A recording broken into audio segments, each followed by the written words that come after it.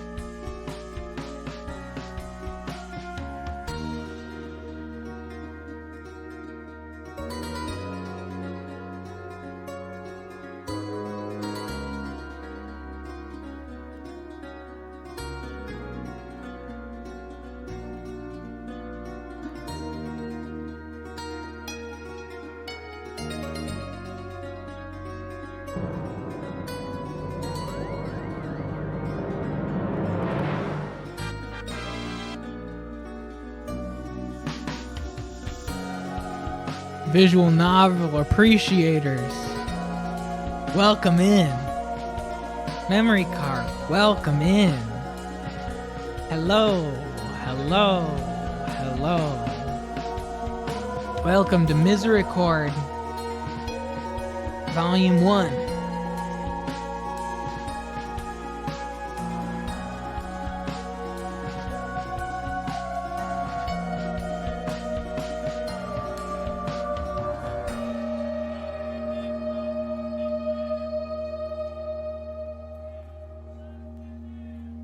Carp. Hope you're doing well, bro. What's up? What's up? Carp digging into their own visual novel, digging deep. I gotta be honest, man. How did Fate Stay Night come across your desk and get the big stamp of, yeah, we're doing it on stream? Because that's daunting even for me, man. That's like, even me who like sat down with Might and Magic book 1 for 70 hours. Fate Stay Night will give me pause. So I gotta know how you got there. And if you want to talk shop about visual novels, man, anytime. VNs were a genre that I was not at all directly familiar with until this stream, and I grew such a direct affinity for the medium through the House in Fata Morgana. If you're familiar with that, that was the first one that we played on the channel, and really just adored it. Folks, anybody here, if you're not following Misericorde, you absolutely should be. A just very joyous and engaged, but not not overly so. A good amount of measured appreciation, I think, is the way that I would put Misericord's stream. Like, gets very intensely into the games, but not so much so that like he's screaming at the screen or anything. It's this effusive joy for storytelling and specifically long form storytelling. A lot of JRPGs over there. Now Fate Stay Night, which is a massive undertaking. I like the stream so much.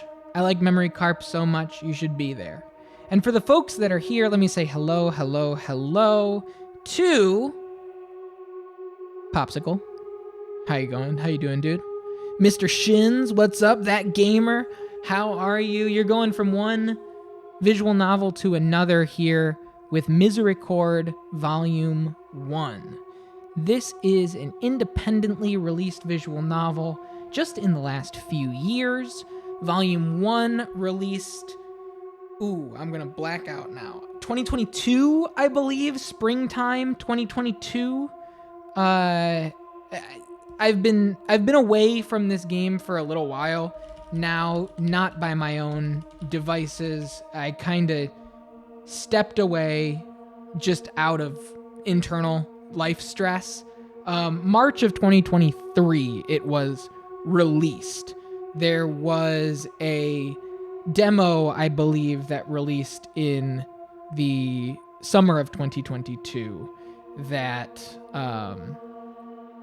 let me take a look.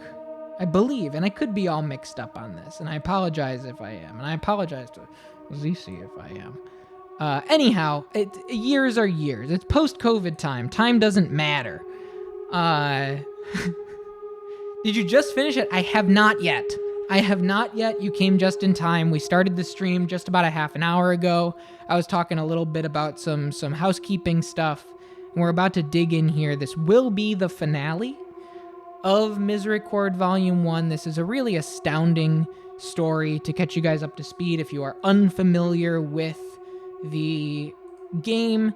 It is a single developer, independently produced visual novel, so all of the music you see, all of the art you see, the writing is all done by ZC. Very interesting use of, like, if you're familiar with the website Unsplash, that is basically photographs where people put them up and say, yeah, credit me, and you can use it for whatever you want. A really post-social media, like, in the sense of community sourcing art work, a work of art that uses community-sourced artwork. The backgrounds are photographs of, English castles and English abbeys and English places. And this is a story set in 1482. See, it's been so long. 1482 in an abbey in North England, where one of the sisters within the abbey was murdered. They have a farmhand in custody, in the hospitalum behind bars, awaiting the bishop and awaiting, the law and the decision to be made if he is the one that is guilty. The Mother Superior of this abbey went to the anchoress. An anchoress in 1400s Catholicism is a member of an abbey, a sister in a Catholic abbey. This is Lynbarrow, who has devoted her entire life to scripture, gospel, the written word of the Lord, and to an extent where they have locked themselves away to the outside world. Meals are brought to the anchoress. A bucket to relieve themselves, and also with soapy water to bathe themselves, is brought to this anchoress who is locked away in a far part of the abbey. People come to her for questions about faith. She kind of acts as a living Christian search engine.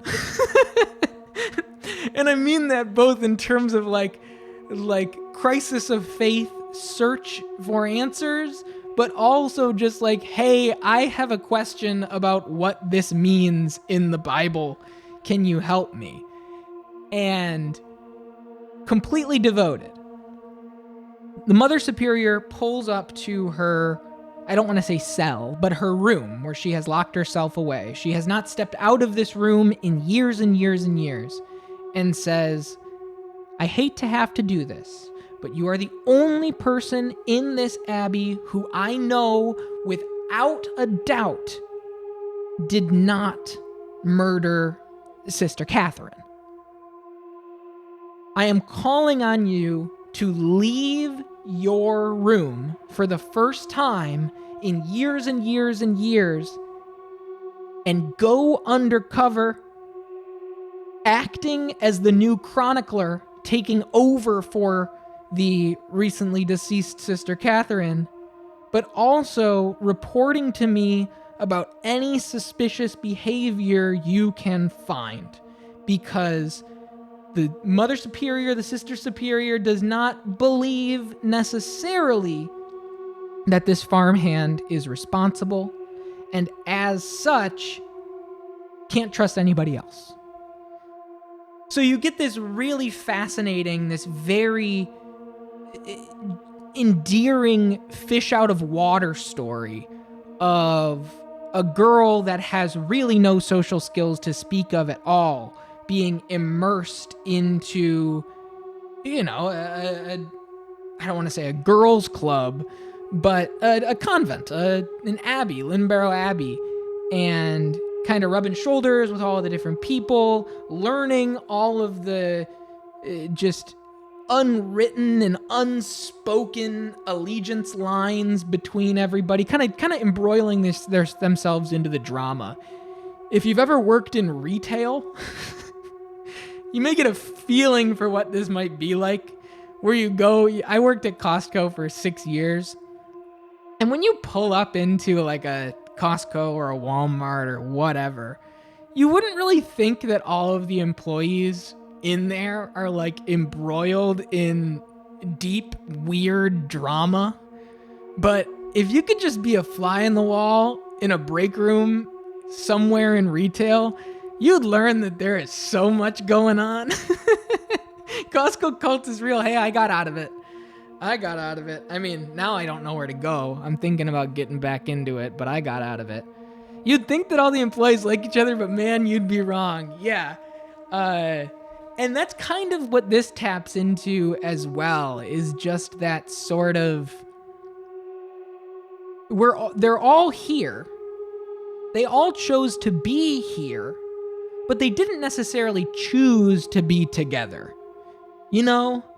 And so to that end, you get a lot of very fun and just exciting drama on the social end of things, but you also have this really, really engaging undercurrent and sinister undercurrent of like, wait a second, somebody was murdered not too long ago at all.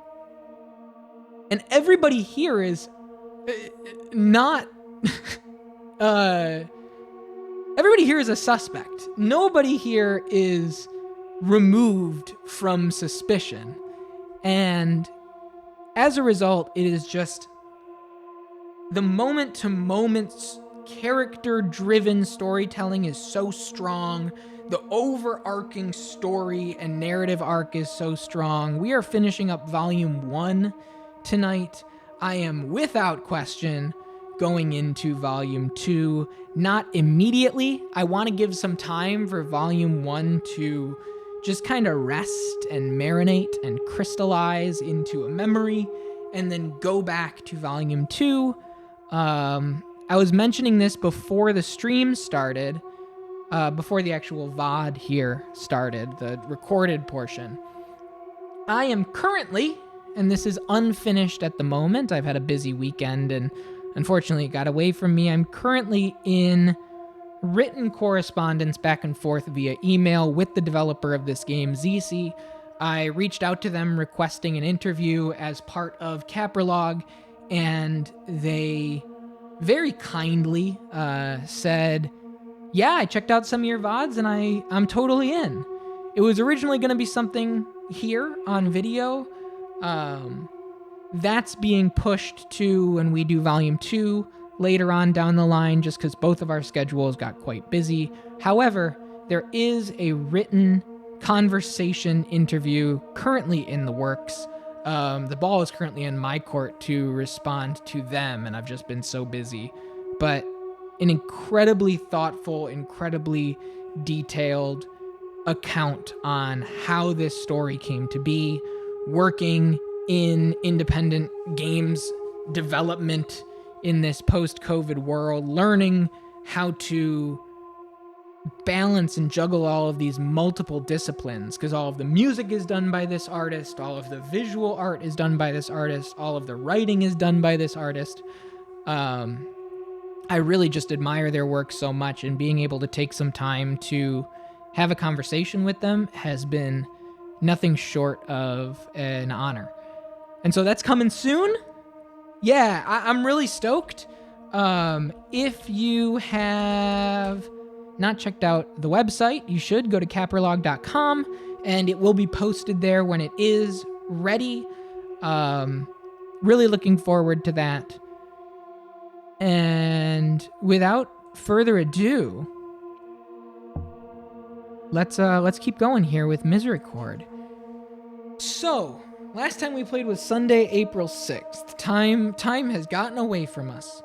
Folks, we are going to go here. And let's take a moment to kind of give ourselves a little bit. Oh, the dialogue history is empty because it's an old save. All right.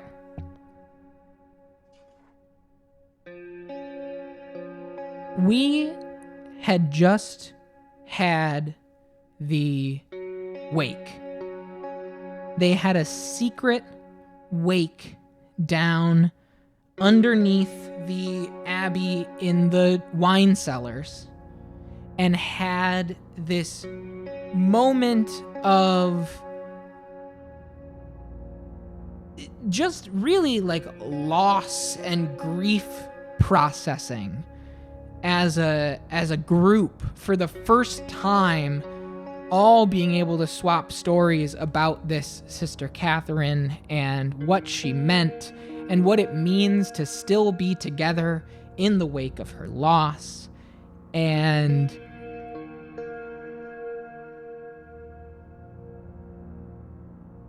we left off with one of them angrily sitting on the stairs about to confront the group. And I don't necessarily recall why, and that's the problem with taking this break. I apologize. Let me go to the last VOD and see if I can't get a little bit of remembrance out of this.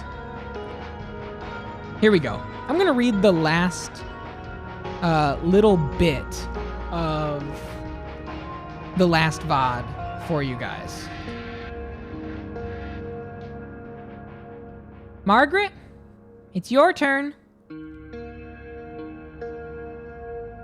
Catherine had to call across the room to get Margaret's attention. I had not noticed that she had wandered so far afield. Margaret? Margaret didn't answer. She was sitting on the bottom of the staircase, back up to the cloister, her head buried in her arms.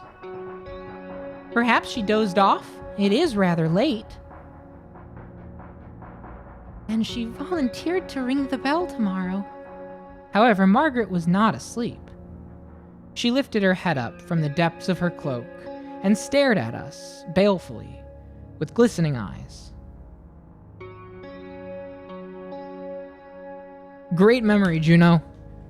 I wanted to say something to apologize, even though I had no idea what I would be apologizing for. Something about this impromptu cask-smashing ritual had bothered her, although I had no idea what had prompted a reaction this strong. Marta was closely connected to the wine after all, and she had merely given us all a stern goodbye. Margaret looked to be in pieces, however. I felt awful. I didn't get a chance to say anything, though. Catherine coaxed her friend away privately, and they disappeared up the staircase into the darkness, while the rest of us said awkward farewells. A long night, I think. With smashing all of those a bit gauche? Disrespectful to Catherine's memory, perhaps? I didn't intend it that way. Hopefully she understands that. It was a good idea, Sister Eustace. We climbed the staircase together, then turned back toward the cellars to admire our handiwork. Moira started giggling. The Superior is going to kill us. Let her try. That was the most spiritually satisfying thing I've done in ages. Ah! Sister Flora! What about Flora? She didn't get a chance to join us. It was her actions that inspired the whole exercise. We should find her. There's one cask of Catherine's awful sherry left, I believe. I suppose it'd only be fair. Good thinking. I'll check the cloister and the garden. Maybe she's just getting some fresh air. I will scour the dorms and kitchens. And I'll make a round of the grounds. Hedwig? I'll search wherever is left. The chapel? Adela can cover the chapel. That's closer to the kitchens.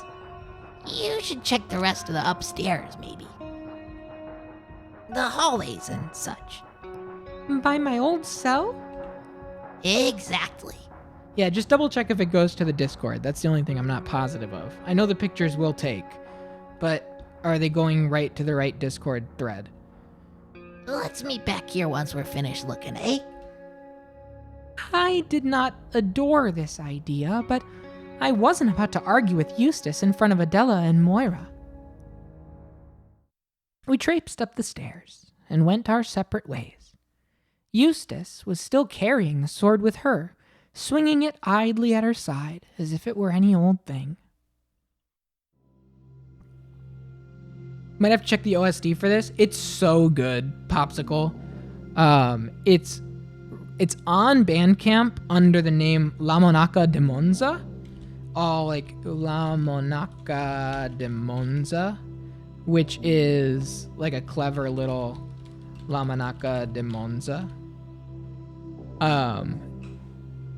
Highly recommended. Very, very, very good. And just the story itself, I mean, is so captivating. I can't wait to get to volume 2 down the line. As I found myself alone in the dark passageways, I began to wish I had a weapon as well.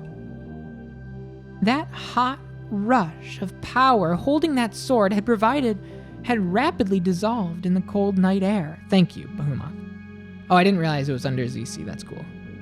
I walked down the hall toward the intersection I had seen Eustace's horrible ghost visage with caution. The wind was picking up. I could hear that big door rattling again in the distance.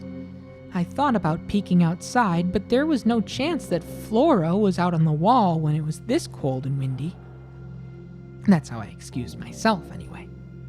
In truth, I did not want to be startled by the door slamming again. Flora!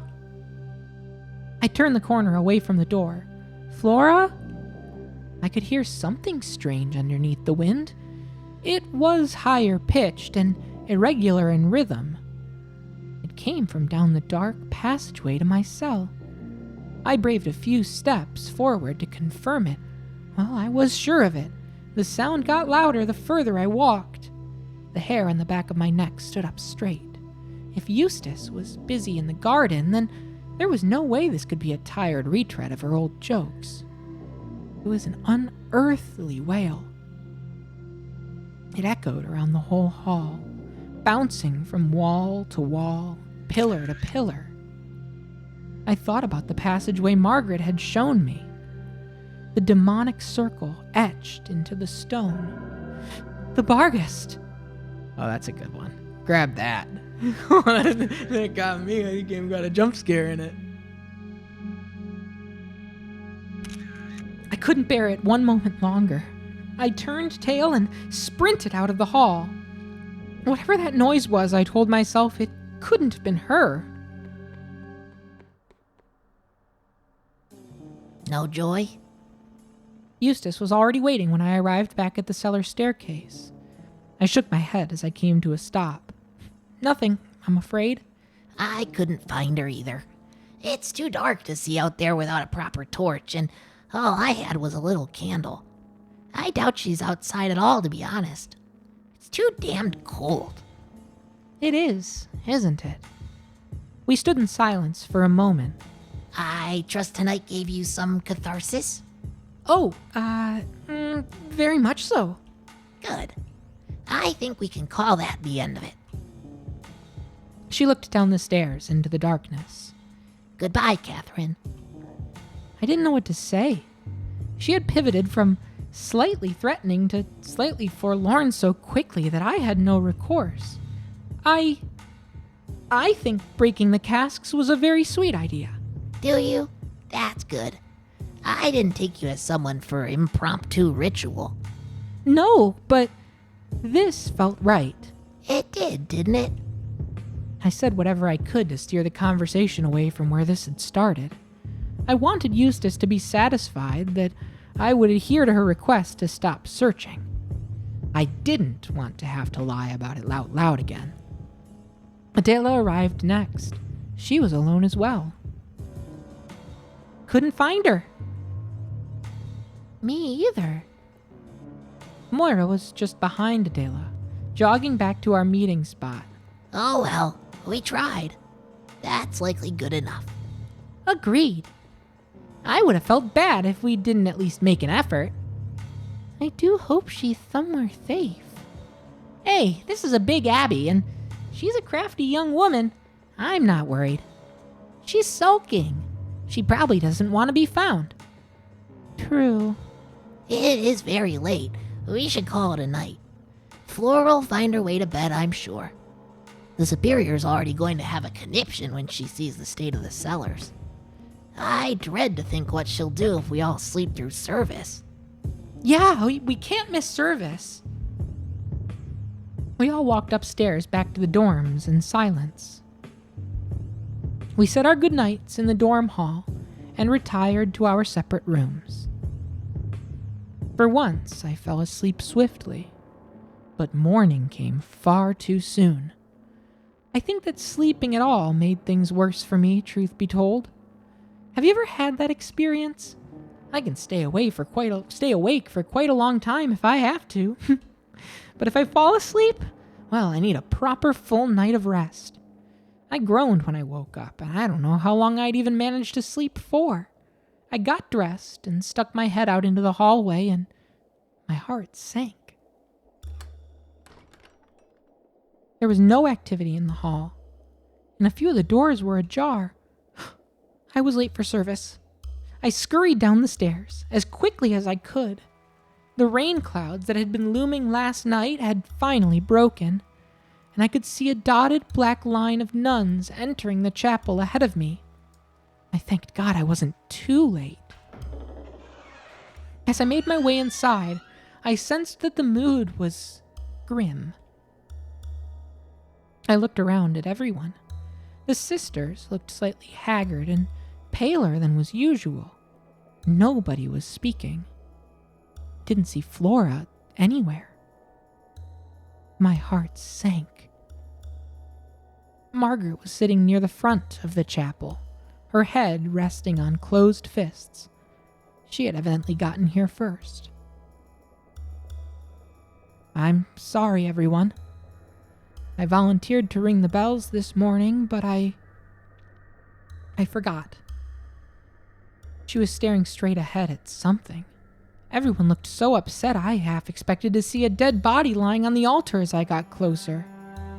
However, Margaret was staring dead ahead at a crumpled pile of wooden wreckage sitting on the floor in front of her. The portative organ. Oh, Margaret! I was trying to fix it. There was this piece that Catherine and I would always take out for a laugh. I know you all know. And I thought to myself recently, this joke's wearing a bit thin. Maybe it's not the best time. I came back here to pop the missing piece back in and crash. Nobody spoke. Are you gonna tell her? God, no. If one of you wants to sell me out, feel free. But I'm not gonna get myself in trouble. The gathered sisters awkwardly took their seats in the pews. We waited for a while, listening to the sound of the rain. I was trying to do something nice, and then it just fell. I can't complain, I suppose. The door had finally swung open again. I turned around to see the bishop holding it open for the superior. She glowered as she strode forward. Each of her footsteps echoed with a terrible and heavy thud against the chapel floor.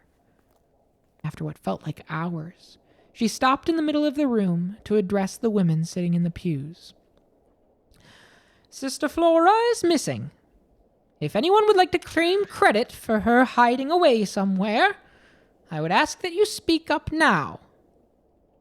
I'll be just and fair. I understand that this would not be the first time a practical joke went too far.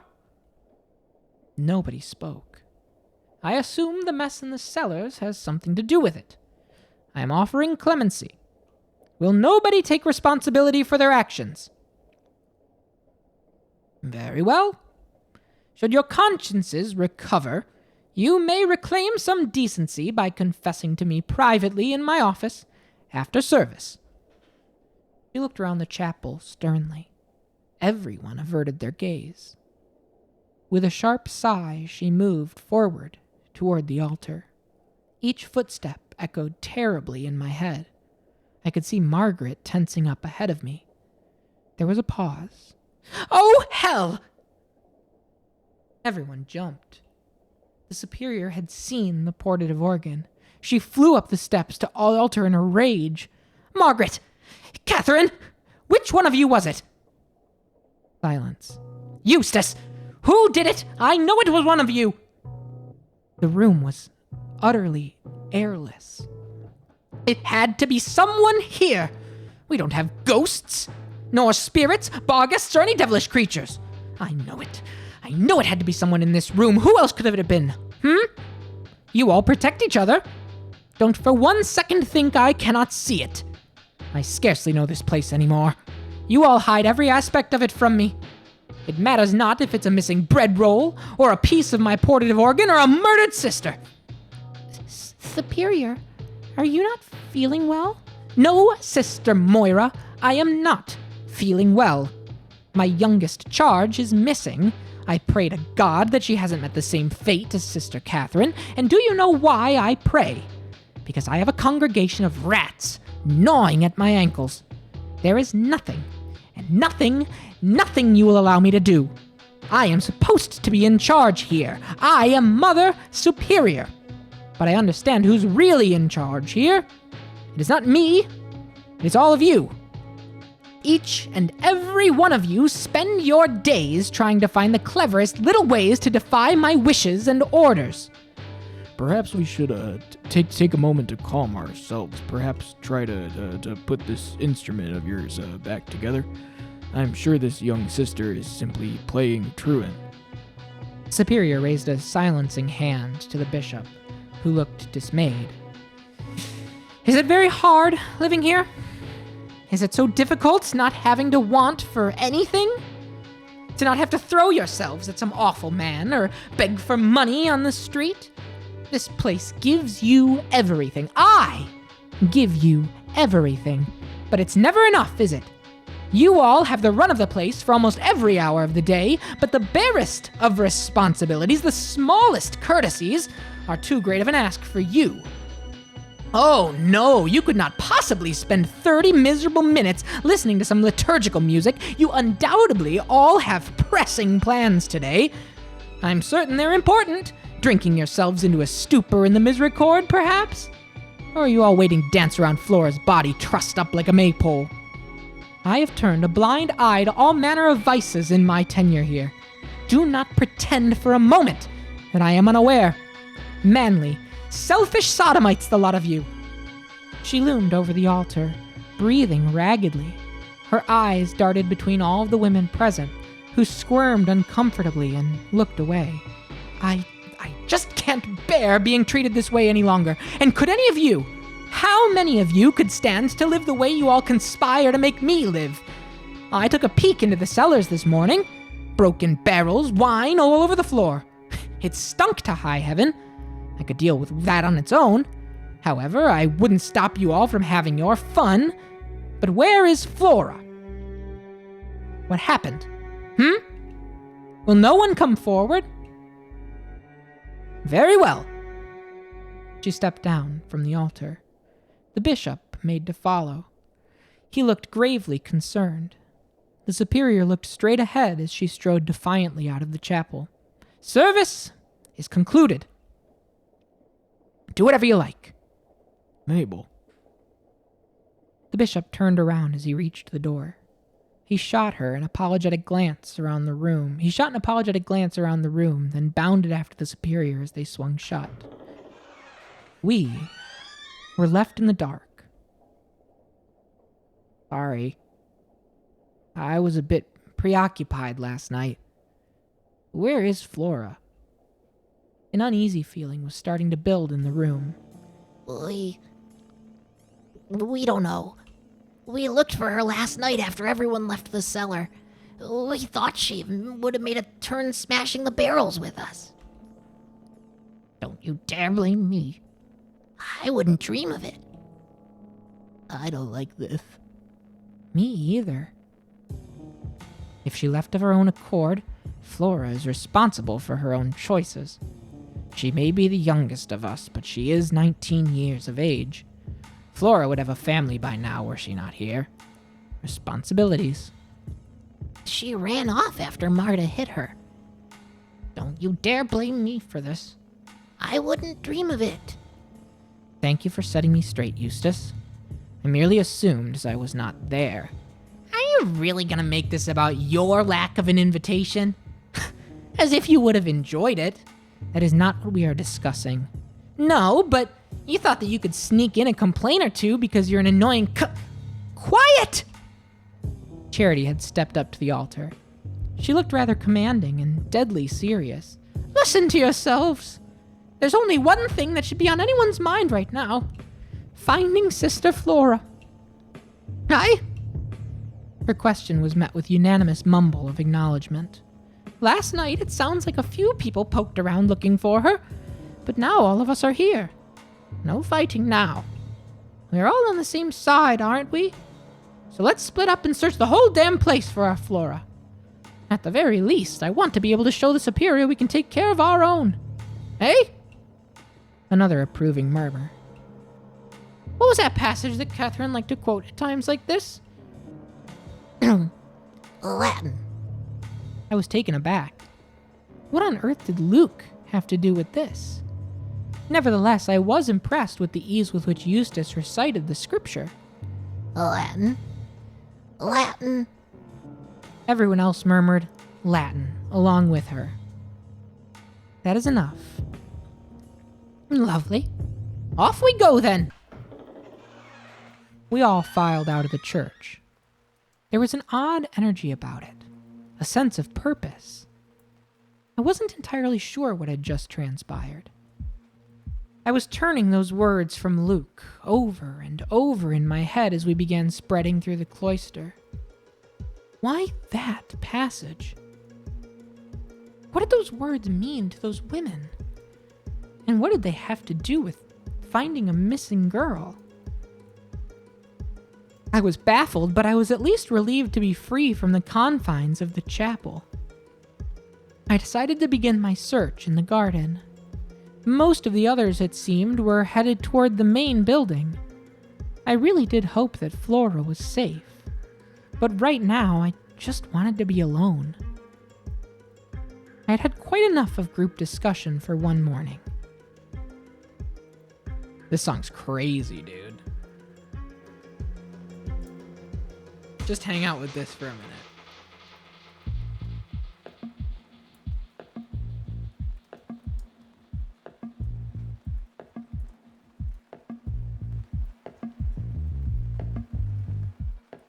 This might be my favorite. This might be my number one so far. Even in the rain, the flowers were quite lovely. They bounced up and down as the raindrops hit them. There was a faint and pleasant rustling all throughout the grounds. I walked up and down the hedgerows. What's the name of this song? Oh, it's not going to tell me. Wait, no, it will, right? If I go to history? More than most. Fire. I was not sure what to expect. Would Flora jump out from behind a bush? Was I likely to find her sulking in a bed of carrots?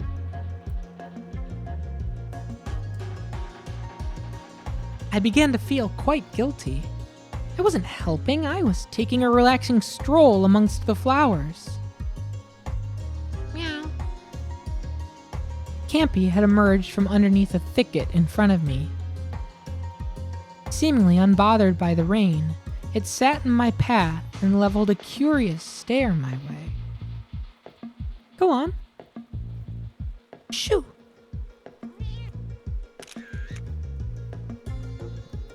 You'll catch a cold in this weather. Do cats catch colds? The cat flicked its tail back and forth and stared at me. It looked thoughtful. I felt like I was being sized up. I suppose I should thank you. You took the blame for the ink bottle after all. Yes, I was losing my grip on things a bit, wasn't I? Talking to a cat. What was I thinking? It seemed to understand me, however, because vermin share a secret language. It walked forward and rubbed itself against my ankles, disappearing under my robe for just a moment. Oh, don't touch me. I hopped to the side. The little creature trotted back to where it had been sitting before, only this time it didn't look at me. It turned its gaze up into the air and began to make an unpleasant chittering sound. I tilted my head up to see what it was looking at. I half expected to see those mysterious pennants again. But there was nothing. Only rain clouds and passing birds. When I looked down, the cat was gone. I sighed and peered into the sky once more, just in case I had missed whatever the little creature had seen. There was nothing amidst the clouds. However, out of the corner of my eye, I saw something on the parapet overlooking the garden. There it was again, looking straight at me. I bolted back the way I had come, through the bushes and hedges. I hoped I could disappear in the flowers. When I stopped to catch my breath, I looked back at the building in the distance. It was gone. I was safe from whatever it was, for the time being anyway. Enjoy the violets while you can. It'll snow soon. Oh! Hello, Eustace. Has Flora been found? Nope. I just needed a break. I've been all around the grounds. Then I went to look in the library, but that's been locked since last night. No way Flora could get in there, thankfully. I was half expecting to find her scribbling rude drawings into your chronicles. Oh, I'm not worried about that. I doubt anyone would want to tamper with my writing. Eustace pantomimed a mock shiver. Ugh, horrible. I always worry about that. Hours of work, undone. Right. Well, a break can do a lot of good. Perhaps we'll think of somewhere else to look. We stood and admired the flowers together. I've been meaning to ask you, how are you taking to chronicling? I can't help but notice that you still tend to finish quite early. Oh, it's been no problem. I'm sure I'll come into my own once I've had a little bit more time practicing the fundamentals. As long as nothing's bothering you. I know we made up on the cart ride, but... Oh, no, not at all. I haven't given our little spat a second thought. Well, that's good. I really am sorry about all that. Her expression stayed as inscrutable as ever. There's no need. Sister Eustace, I've been sad about something else. Flora will turn up. No, it's not that. I'm afraid Sister Catherine the Second, she has not left my thoughts, even though I was not party to the event. Forgive me if I'm going in circles here, but I've still been hearing so much about her, but at the same time, very little. Yo, what's up, Axel? Awesome. I'm glad you got the postcard in. Nice. Next one's going to be coming in soon. Probably this upcoming week you'll get it in as well, like in the next few days. If that makes any sort of sense. It does. Although it doesn't surprise me. You weren't there. I mean, you were, but... Well, you weren't. You don't really understand what she meant to us. You should be glad of that. And keep it that way. Hedwig, you gotta be exceedingly careful.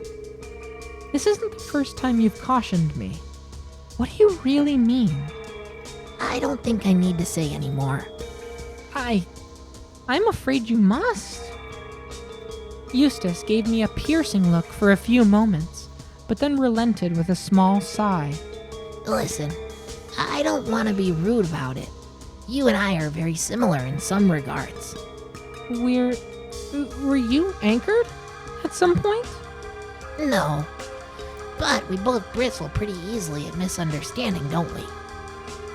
I cannot disagree with that. Conversation is difficult. I understand. I can sense the questions you're dancing around while talking to me, hoping that I'll answer you without you asking. I just don't want you to wander into a situation that you can't handle with someone else here. I can't fault your curiosity, but you gotta understand that losing Catherine II was shocking in many ways for many people for many reasons. Reasons that someone not deeply embedded in Limbarrow could never understand. And you're worried that I'll upset someone? More or less. I'm only trying to help you.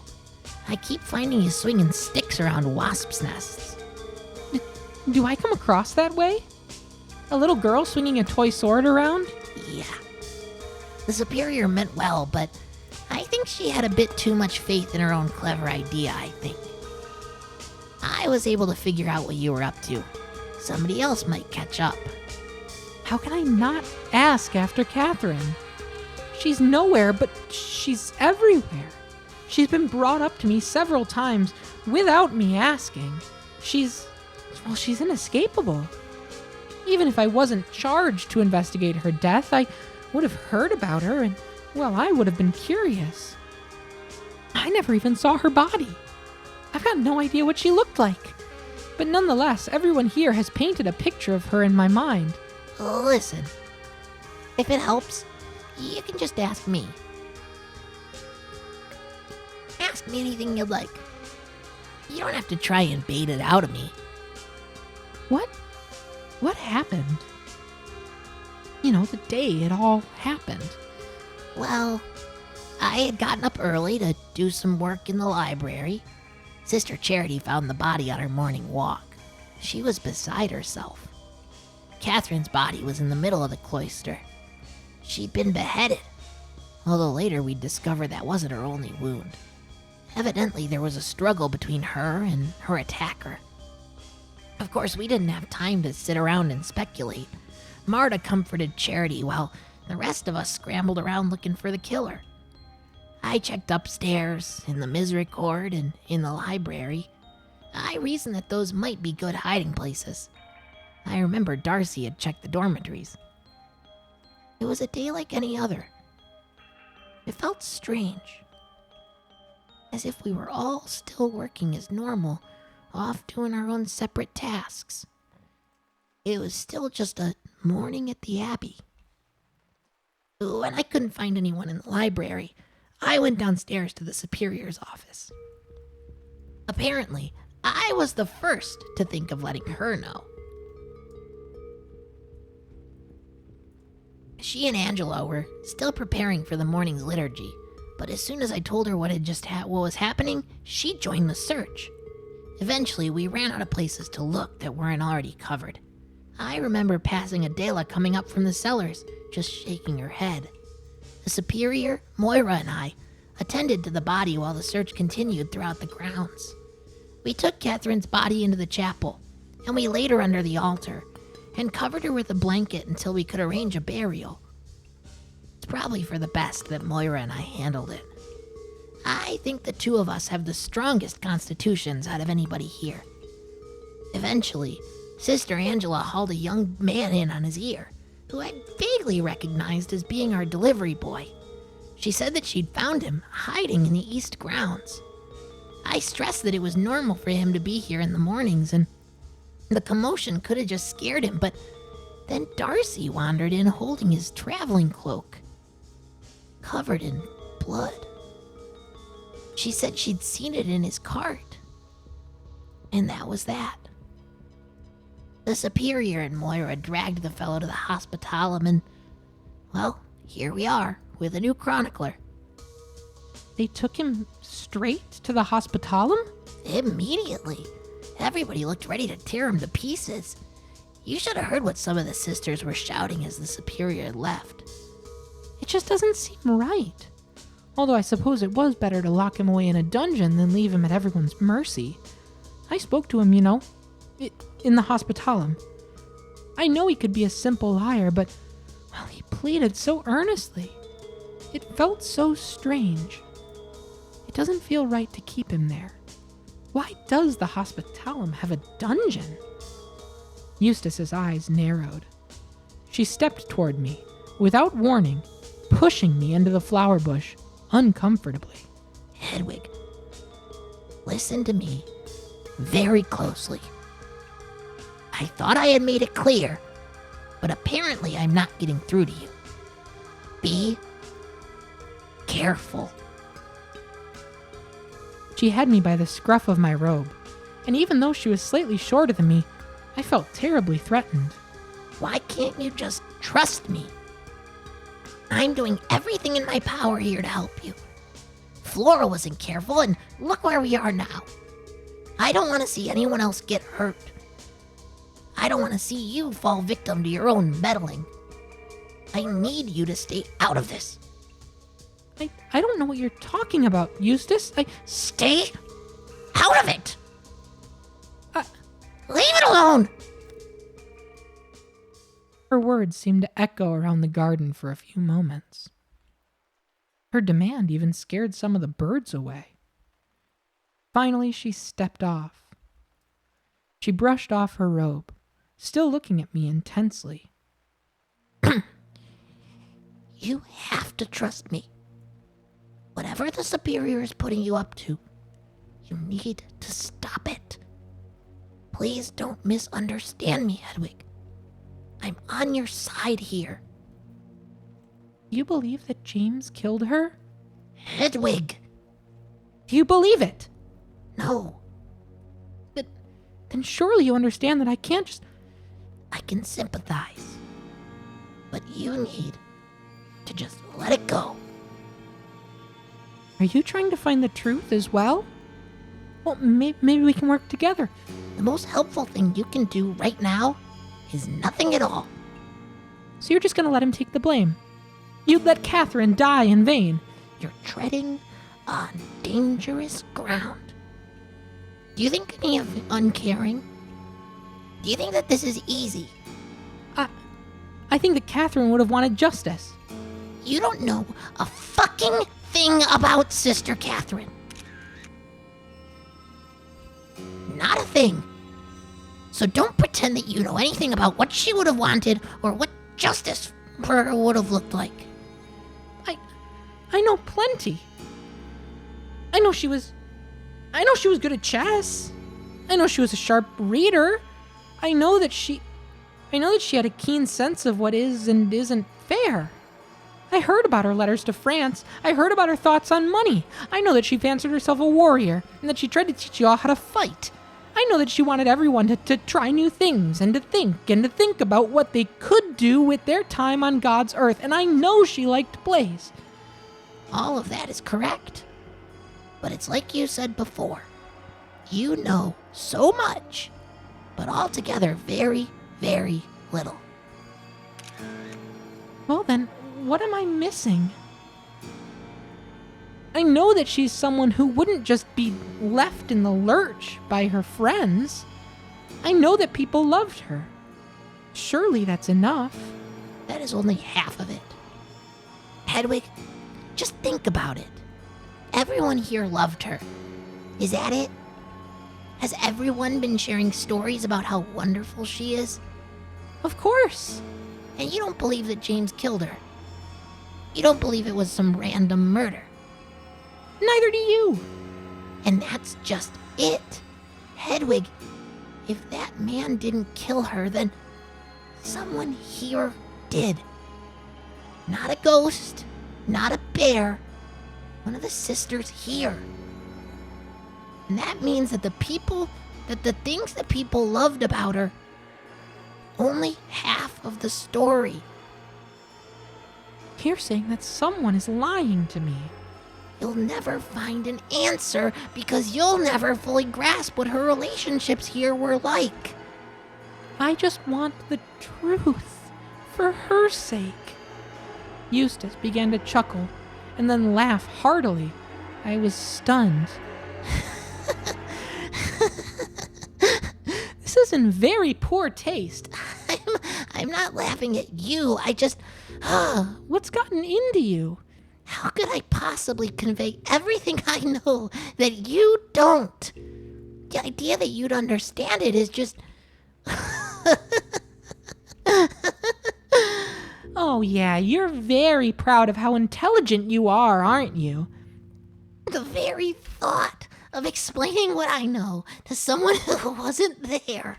Oh, you didn't see her lying there. You can't possibly know. Eustace? She was doubled over laughing now. It was a disturbing sight, to say the least, but it was her words that truly got under my skin. You didn't see your friend covered in blood. What would you even know about it? All you've ever done is read a book. All you ever do is speculate. You're poking around in stories that you have no stake in. Heavens, you weren't there for. Isn't that right? Are you quite all right? You don't even know what she looked like. I saw her. I saw her with my own eyes. Her head in her hands. Blood all over the place. I cleaned it all up. I was her dearest confidant, and I couldn't stop it. And you think that you could do better? I didn't mean to.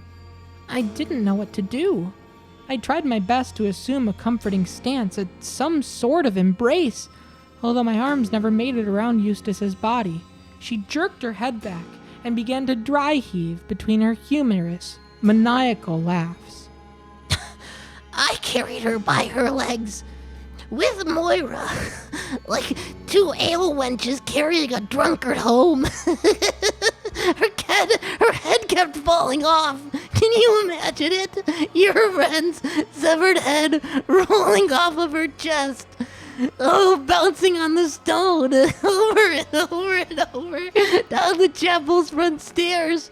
Stop it, you've made your point. And you know what? For as brave of a face as I put on, as stoic as I have to stay even now, even I couldn't shake that feeling that even through her dead eyes, she was looking straight at me. Stop! How perfectly horrible it all was. Just the idea is so devastating. Is it?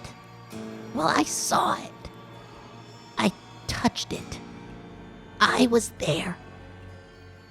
Her hollow laughs had given way to bitter, dry sobs.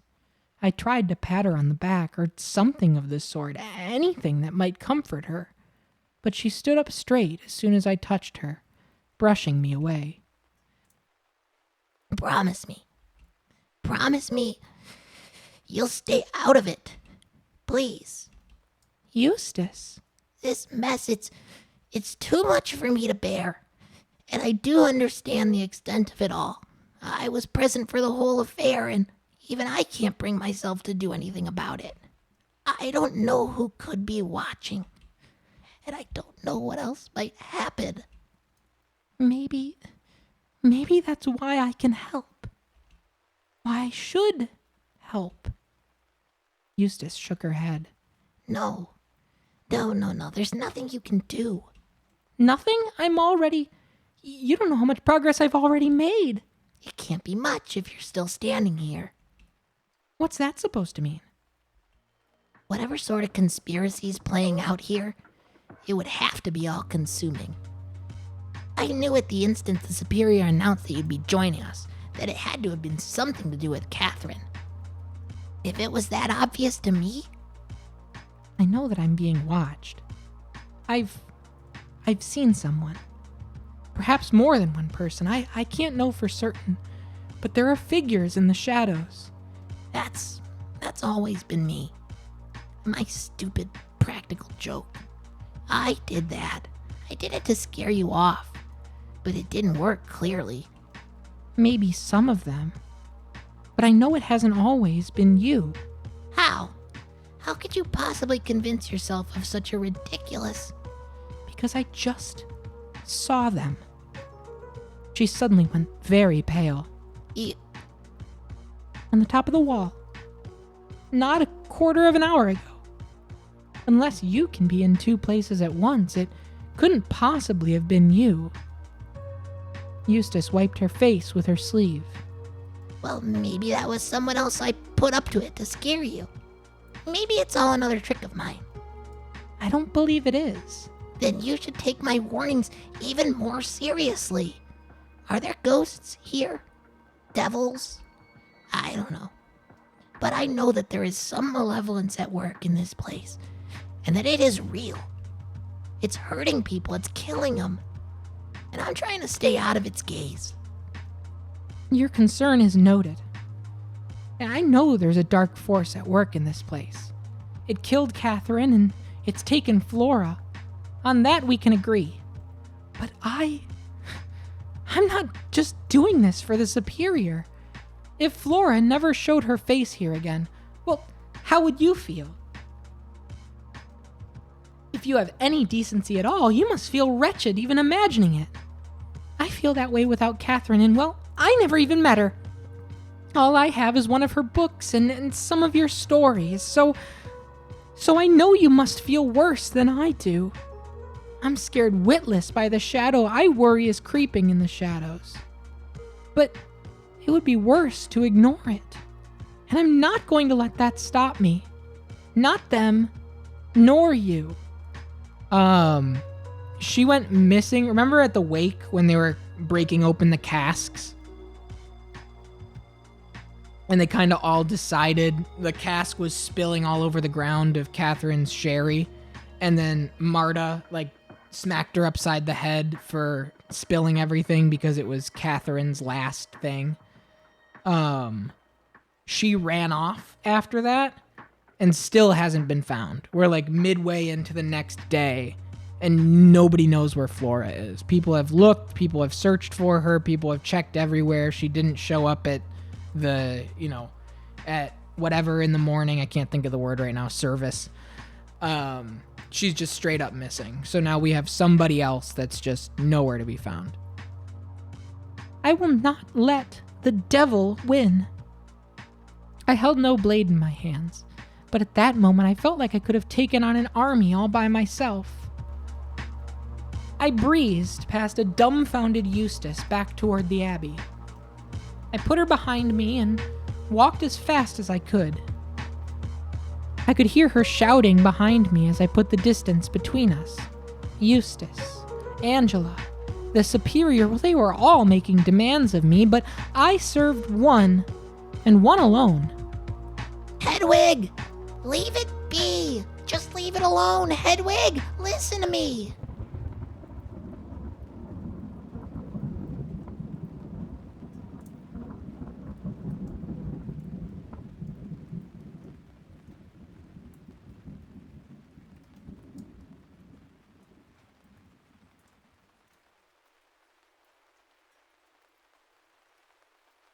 The search continued well into the evening. As darkness fell, the weather turned foul.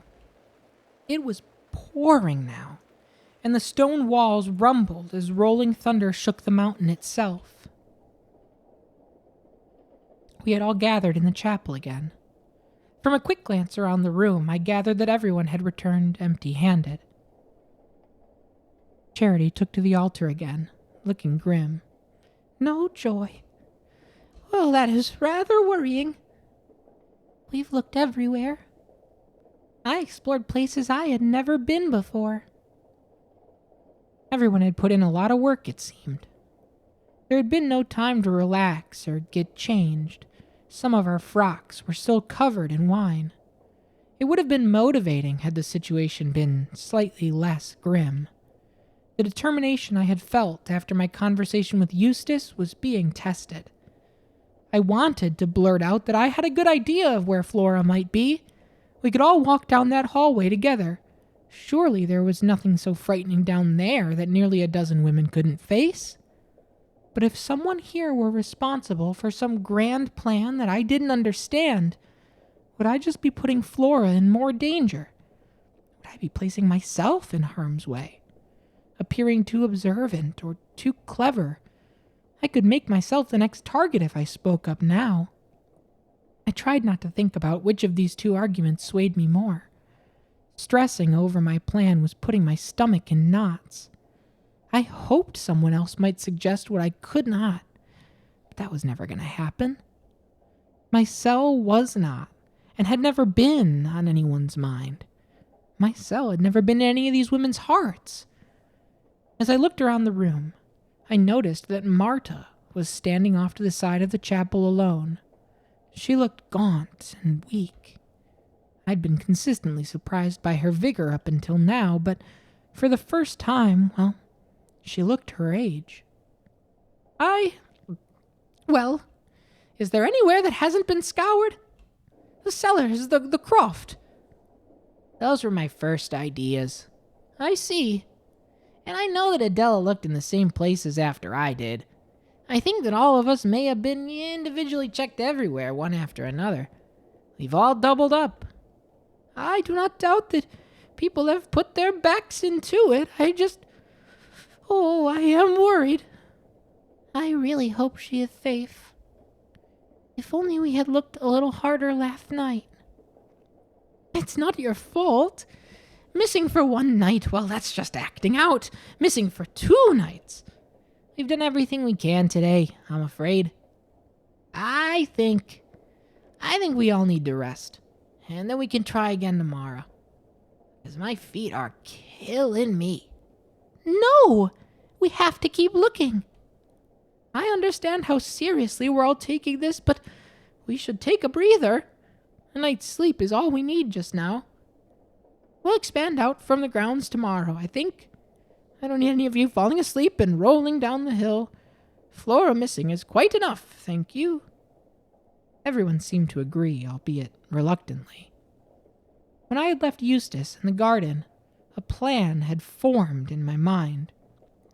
I had this sneaking suspicion of where Flora was, but I dared not share it with the rest of the sisters. There was a place that I was certain nobody had checked. A place I knew even Margaret had likely avoided, even if she had considered it. Thought had terrified me, but I knew I had to check, for Flora's sake. We all filed out of the chapel back toward the rooms through the storm. I really hope she isn't out in this weather. If she is, I'd wager she is safe. She's young and resourceful. Remember when Catherine taught us all how to make those fires? I do. You're right. She's probably having a more comfortable night than us. Adela rubbed Moira's shoulder reassuringly, then broke off to go talk to Angela. Did somebody tell the Superior what we did today? I wouldn't. I went to go try and talk to her earlier, and I could hear her sobbing. Even through that thick door of hers. I imagine she's getting shouted at by the bishop all day. I don't think we should talk to her till we have good news. Oh dear. Oh dear.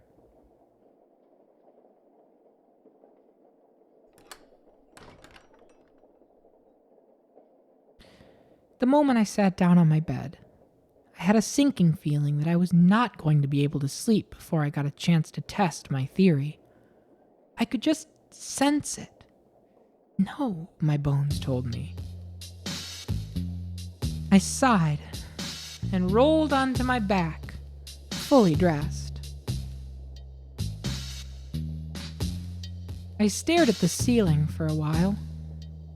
The thick stone walls gave us a great deal of privacy, and I had to strain to hear the slightest indication that the others were getting ready for bed. I thought about cracking open the copy of Medea that Catherine had written for me, but I remembered the subject matter and decided now that now was not the right time. So I said a little prayer, asking for some guidance.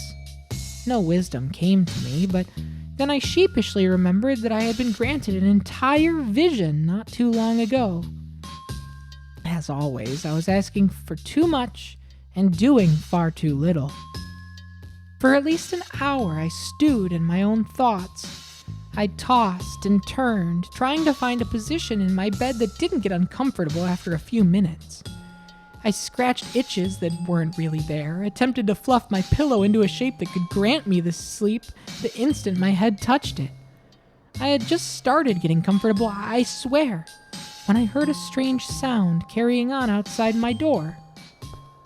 I hopped out of bed and stepped out into the hall. Oh, it was almost pitch black out there, save for the embers pulsing in the fireplace. Nobody else, it seemed, was bothered enough by the noise to poke their head out like I had. I sighed. I hoped, dimly, that it had been Flora returning to her dorm. I retrieved and lit a candle from the mantelpiece. There was no use torturing myself in bed any longer. Now, which room was Flora's?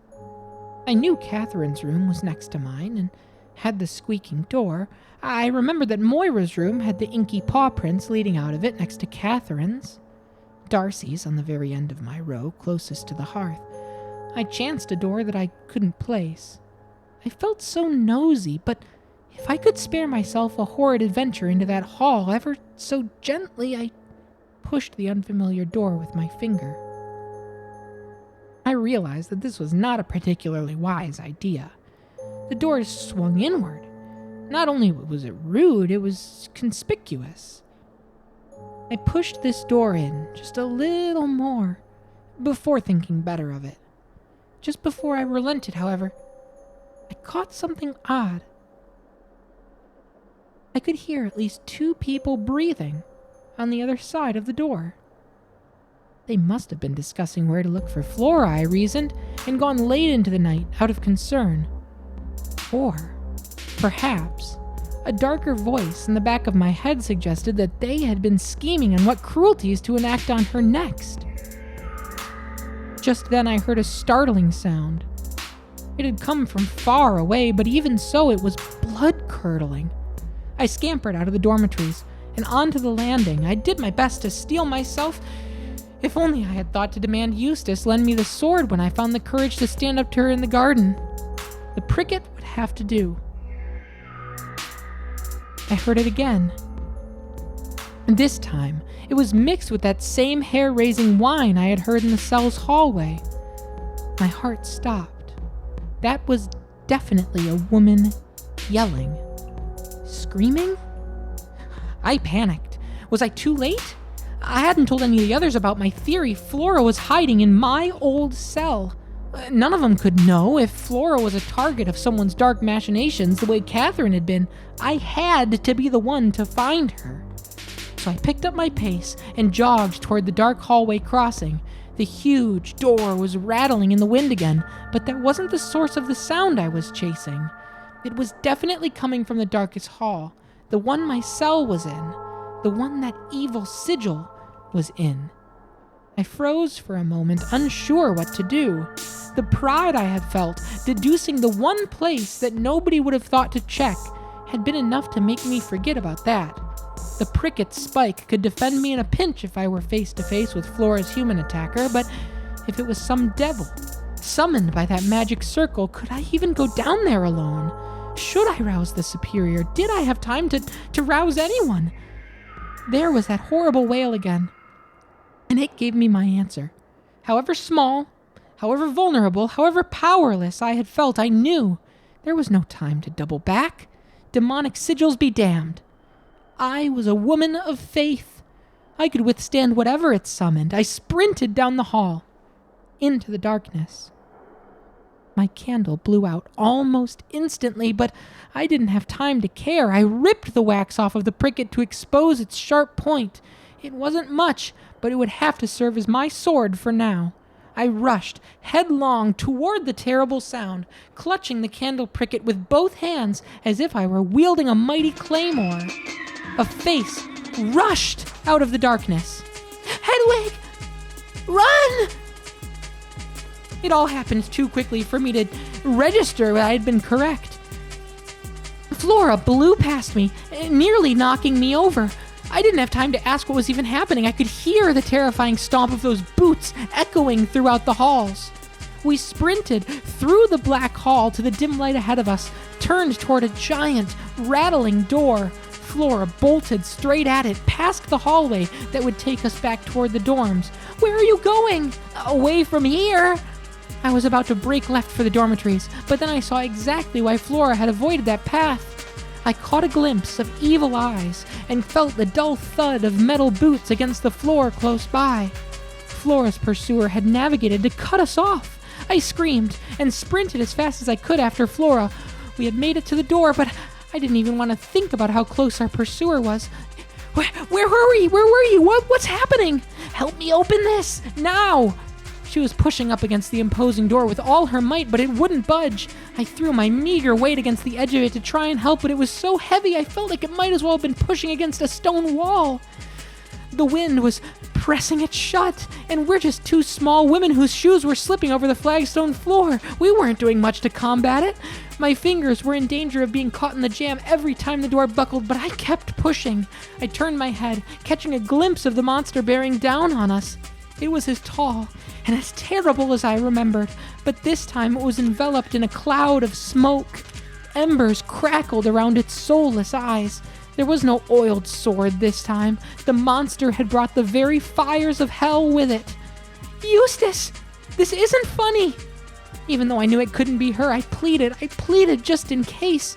Well, I still had a dim hope that this was just another prank, that Eustace had been there telling the truth after all. But the creature was unmoved. The giant oaken door finally swung open just enough for me to slip through. I turned to yank Flora out with me, grabbing a handful of whatever cloth I could find as I made it outside, but the door caught her foot as I pulled her through. "Help!" I held onto her free hand with both of mine. She yelped, and I could tell that the monster on the other side of the threshold had grabbed her. "Don't let go!" I won't! Her face contorted, twisting as the door squeezed her ankle. And at the very least, it was doing enough to keep the demon from pulling her away. Had it not been for that massive slab of wood, well, I doubt I would have been able to help at all. "Hedwig!" The wind had let up for just a moment, and the sudden lack of force set us both off balance as the weight of the door lifted. We fell down, and the door swung open just far enough for me to see that our attacker had let go of Flora as well. She was scrambling towards me, on all fours, but this beast lurched forward to snatch her again. I held my hands out again to hold onto the poor girl's arm. Her fingers gripped my frock, and I held her wrist as tightly as I could, but I knew I couldn't combat this monster alone. The wind suddenly picked up again, and just as both of us got hold of Flora, the door had slammed shut with a sickening crunch. I had managed to pull Flora clear of the beast's lunge, but I hadn't been fast enough to keep her leg from being crushed by the door. Oh, she wailed as I attempted to pull her free. I couldn't manage it, and I was terrified that the door would pull her broken leg right off if I yanked any harder. "Pull! Pull! I can't! Is it still holding on to you? I don't know! I can't feel anything!" She was sobbing and screaming. I planted my feet against the wall and pulled her toward me. By some miracle, the wind let up just enough for the door to loosen its grip on Flora's leg. We tumbled backward into a heap, my head hitting the floor with a crack, and for a moment my vision faded. My eyes slowly regained focus, and I looked up into the threshold. The twisted creature was looming over us.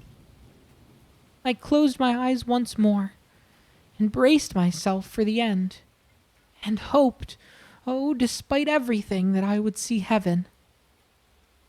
But death never came.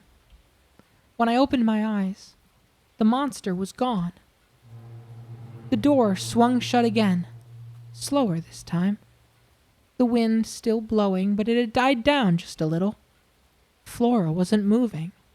I shook her gently in an attempt to rouse her. There, I think it's gone. But she didn't answer. I held on to her tight and stared up at the night sky.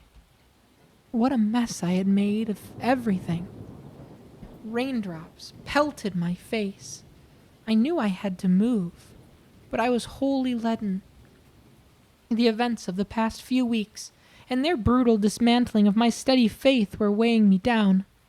Well, I scarcely recognized myself, and I actively tried to reject the situation I found myself in.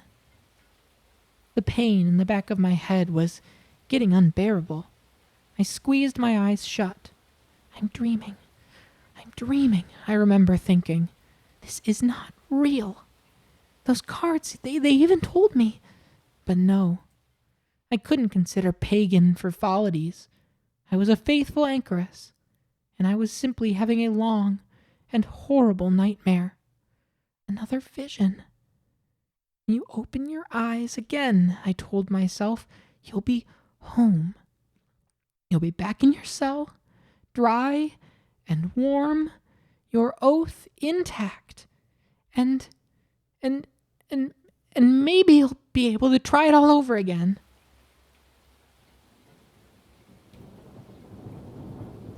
No such luck.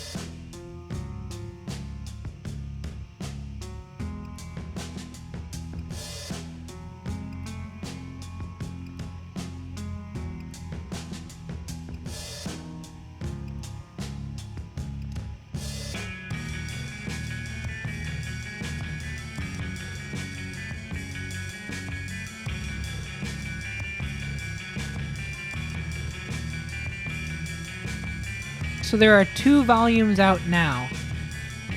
The third is currently being written. It's assumed and previously stated to be a trilogy, but I think just given the nature of like episodic storytelling, you never know. You know, at least 3, I would say.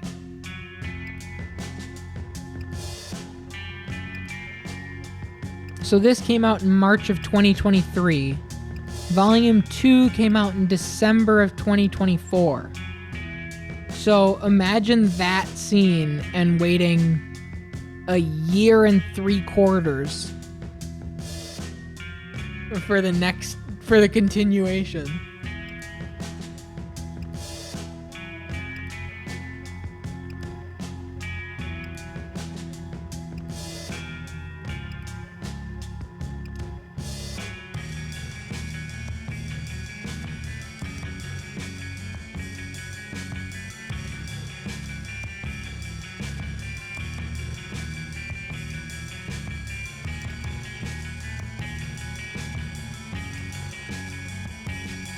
We might be waiting that long or longer. Hey, you never know.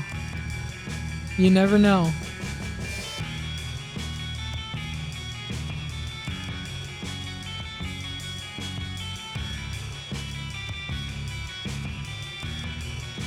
Wow, dude.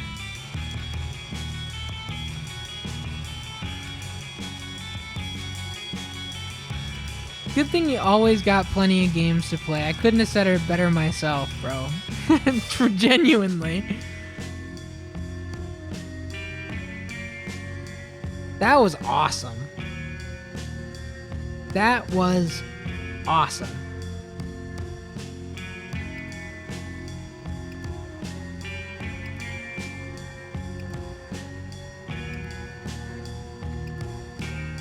I don't even have much to say, you know? It's not like I can talk about the mechanics.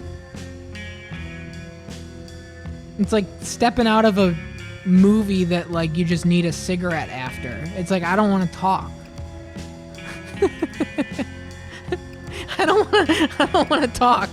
I just need a smoke. We're just driving home in silence. And I don't even smoke. Just one of those.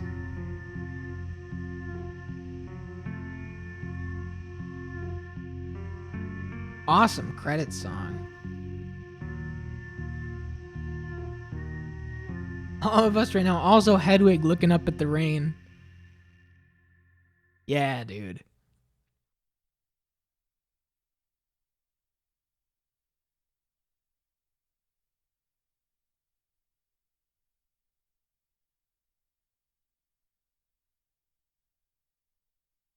A huge thank you to everyone and anyone who made a stock image, recording, or tool that was used in this production. You made this, quote, solo project possible.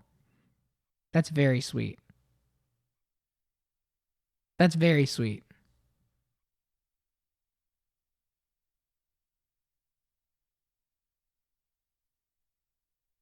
What happens if I don't click a thing? Does anything happen?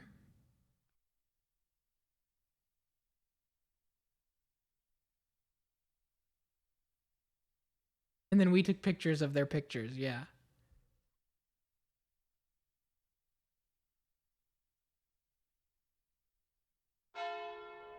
Oh. Oh!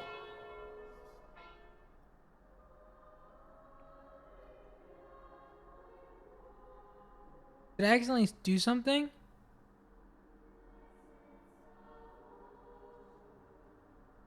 It is growing rather late, isn't it? I apologize, but I think I'll leave my story there for tonight. I didn't cover anything close to what I consider the full story, but it is a rather exciting place to leave things, is it not? Even if you know what happens, there's still this sense of, oh, I don't know. I felt something recalling these misadventures, even though I'd lived them. Do you know how things turned out? No, don't tell me who you are. I am getting some enjoyment out of imagining telling this story to an impartial audience. So please don't be frustrated with me for stopping here with my investigation just barely started. I promise you that all of these details are important. I may not have realized it at the time. In fact, I only just noticed the importance of some of these things after speaking them out loud to you. So really, I must thank you. May I confide something in you? This is the first time that I feel like I understand the job of a chronicler. Or, rather, I finally have something worth chronicling. And someone to tell these chronicles to. It's a shame it took me this long to feel inspired, and that these are such awful events. But I suppose that the worst events are the ones that need the best records. Wouldn't you agree? In that spirit, I can offer you some of my notes. I believe I have some from the appropriate time that I can share with you. Here. They aren't much, but you can peruse these while I prepare for our next meeting. Anyway, I must rest. We can continue this soon? Thank you for listening to me prattle on and on. I'll be ready to share more before you know it.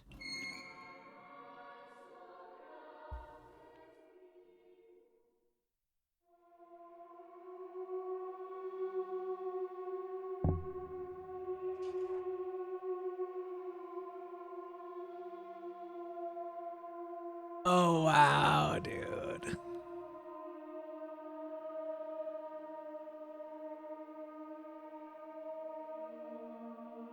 What a gift.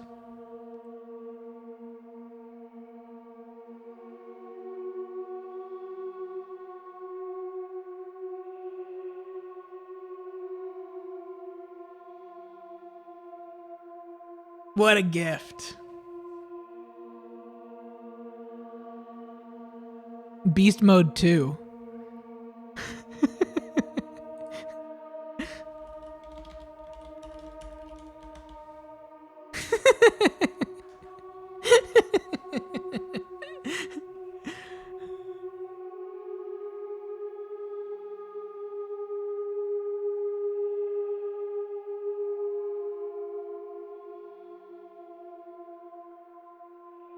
That one's really good. That's a good wallpaper.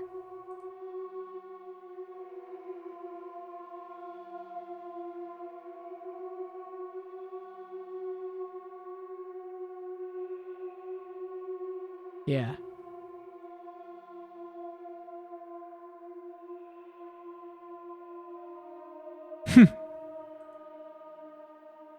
Wait, can I get the whole shot? No, I don't know if I can like zoom or scroll it. Doesn't look like. My scroll wheel's not doing anything. I can't like click and drag. Because that's the one that pans up. There's the vomit dog. There's the red one. So again, to clarify, I wonder if I do this, if you can tell. Hang on.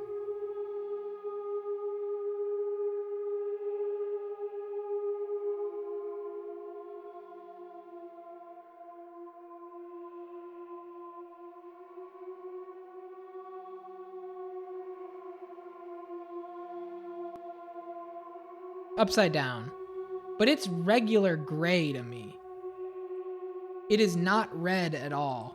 It's just in how the colors process when they get compressed. Because if you... Hang on. I'll show you. If we boost this way up, it's like... It's purely... Hang on. We showed it before. I don't know how I described it.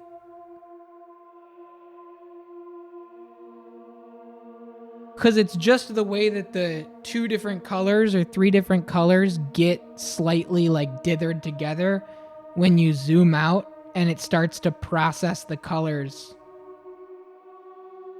like as one blend for sending out to the stream. So on my end, it's just gray, which I think is incredibly cool. I don't know if it's intended. I am planning to ask because I think it's fascinating. My intention, I do intend to ask. And this one, same thing, just completely white to me. This one's a little easier for you to tell, to tell what's going on. If you really zoom into this, you can see that it's like red and blue together, that then when you pan out, it processes in a funky way. Polycubic's art of this, I should send that too to show, because that's incredibly cool. I'll reach out to Polycubic and see if they'd be cool with it. I'm sure they would.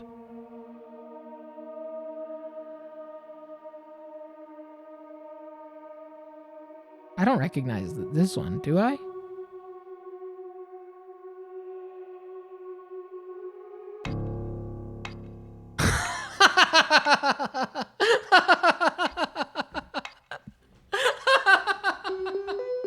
I promise that was not scripted. I promise. I promise. I swear to you. I swear. I promise you. I promise you. I promise you that was not... I know it probably looked like planned.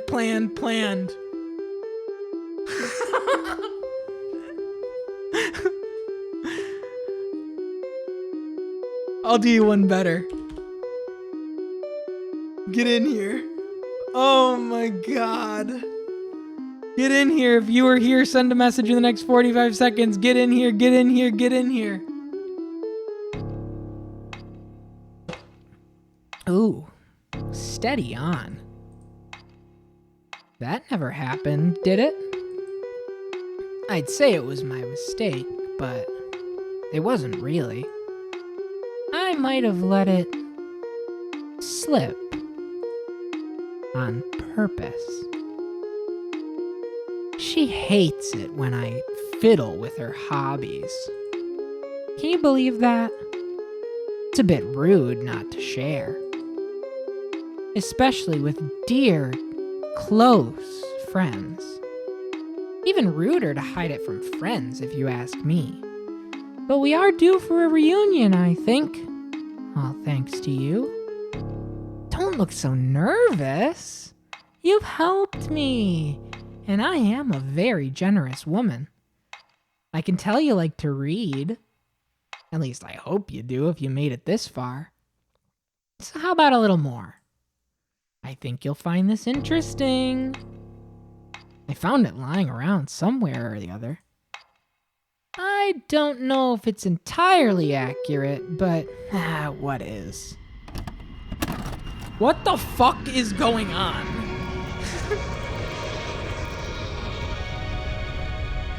What the hell is going on, dude?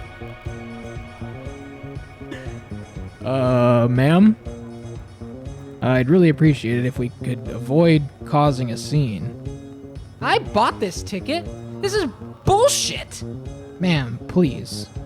I ain't stopping you from getting on the plane. I'm just warning you that you may need to remove your piercings in order to get through security. Why? Are they gonna reflect off the rearview mirror or something? Are they gonna mess with the radar? Do they look explosive or something? Sweetie, can you not say the X word so loud? You're making other people in the line nervous. Sorry, which word? Explosive? A few of the other clerks next to the woman I was speaking to glanced over, eyebrows raised. I was getting a kick out of making these people squirm, I gotta admit. But it was beyond bullshit that I was being told to remove my piercings just to go through airport security? Yes, so stop saying it so loud or at all. Not to mention your jacket. After typing hastily into her terminal for a few more seconds, the woman finally handed back my passport. My ticket sputtered out of a loud machine, and I snatched it before she had a chance to take it. Have a pleasant flight. I do apologize if I caused any offense by commenting on your jewelry and stuff. Something tells me you don't warn everyone about the metal detector. I'm just trying to be helpful, ma'am. I rolled my eyes and stepped away. It was a good thing I'd gotten to the airport early. I was hungry as fuck. I heaved my backpack onto my shoulders and set off toward my terminal. I figured I'd at least have time to grab a snack before I got on the plane. There were a decent amount of folks in line to get through the detector. The line moved quick, so when I got to the security guy, he sort of gave me this, oh, great look. All metal objects in the bin with your bag, please. I rolled my eyes and started dechroming myself. Studded bracelets off, nose ring off, earrings out, vest off, more studs. Now why the hell would you wear all that to the airport? Man, shut up. The guard raised his eyebrows and opened his mouth to say something, but quickly stopped when he saw me lean over to rest one arm against the x-ray machine next to the metal detector and reach down to my leg. I probably should have opted for one of the wheelchairs outside the terminal to get around the airport, but fuck it. I had a lot of energy ahead of this trip, and I wanted to travel light. I dunked my leg into the bin with the rest of my shit and hopped toward the guard. Gonna do a little spin thing through it. The guy stepped back a bit to let me put one arm through the metal detector, then jump through it to rest both arms against the conveyor belt that fed out of the x-ray machine. Slick. Few people waiting in line behind me clapped. I rolled my eyes. My bag and bits came through across the belt. I took a second to put myself back together and to thank God that none of my other piercings had set the machine off. When I was putting my jacket back on, the guard commented on my back patch. I don't know if I'd wear that to the airport. You gonna do something about it? He laughed. Easy, easy. You're like here? He held his hand up in the air. And I'm like way down here. Where are you flying? The UK. Oh, yeah. You're gonna need to come way down from up there. It's a long flight. What's it to you? He was waving more people through as I put my studs and rings back on. Nothing at all. I just don't like seeing people fly mad. Not sure that's your jurisdiction, cop. I'm a cop? Do you think you're not a cop? You got a real boring beat for a cop. You got a badge and everything. Private security gig, ma'am. So you're like a mall cop. Man, I wish. You get to walk more, I think. Yeah, well, still a cop. How many of those doodads and piercings you got anyway? More than you'll ever see. Ma'am, I promise you, I'm not bringing the hostility to this conversation that you're perceiving. Sorry. It's just, Do I? It was hard not to grin at this guy, profession aside. Cop. Folks were passing by, taking their bags as the guard waved them through. What's your name? Alex. Is that real? Or is that just what you tell cops? Nah, that's real. I don't tell cops anything. See, that's good. We're opening a dialogue here. Not real cops. Ouch. No. See, that's good. Damn, I feel like Jimmy Carter. We're building a real framework for peace here. Man, fuck off with all that. Shoot. Got you back up again after all that. Look, I don't know what any of that political shit means. I just hear the news in the break room sometimes. It is what it is, I guess. I finally finished getting my shit together and turned away from the conversation to head toward the terminal. Have a good flight now, ma'am. Uh-huh. Look, I don't have time right now, but if I ever see you again, I'm gonna recommend you some books to explain some stuff, alright? I winced as soon as the words spilled out. It sounded so much cooler in my head. How? I don't know, but I swear it did. Okay then, I'm looking forward to it. Weirdo. Even with all those distractions, I'd ended up with some time before my flight. I figured I'd grab a burger or something, go over my itinerary, etc., etc. Fast food place was pretty busy, but the line moved quick enough and I soon had a nice bag of garbage to fuel me through an international flight. There weren't any free tables, but there was an empty bar stool near the front of the place, at the long table where all the single travelers were eating. Or at least it would have been empty if there wasn't a handbag on it. You good if I sit here? Of course. My stool was in the corner next to the wall. My neighbor was a preppy-looking woman wearing a purple knitted turtleneck. She had a pair of those big hoop earrings, she had bright red lipstick, stick-on nails, bangs that covered her eyes. Not really my scene, but fuck it, I wasn't gonna eat standing up. She lifted the bag up onto the table and drummed her fingers against the seat. The red pleather was faded and cracked, and when I got up close, I could see that the bar stools and tables were covered in rude graffiti. Thanks. My pleasure, darling. Where you headed? Burger Town. Ooh, baby! She chuckled as I unwrapped my food. Didn't know they had an airport there. England. Oh, now that's funny. Me as well. Gate 17? 3 o'clock? That's the one. Small world. You going home, or?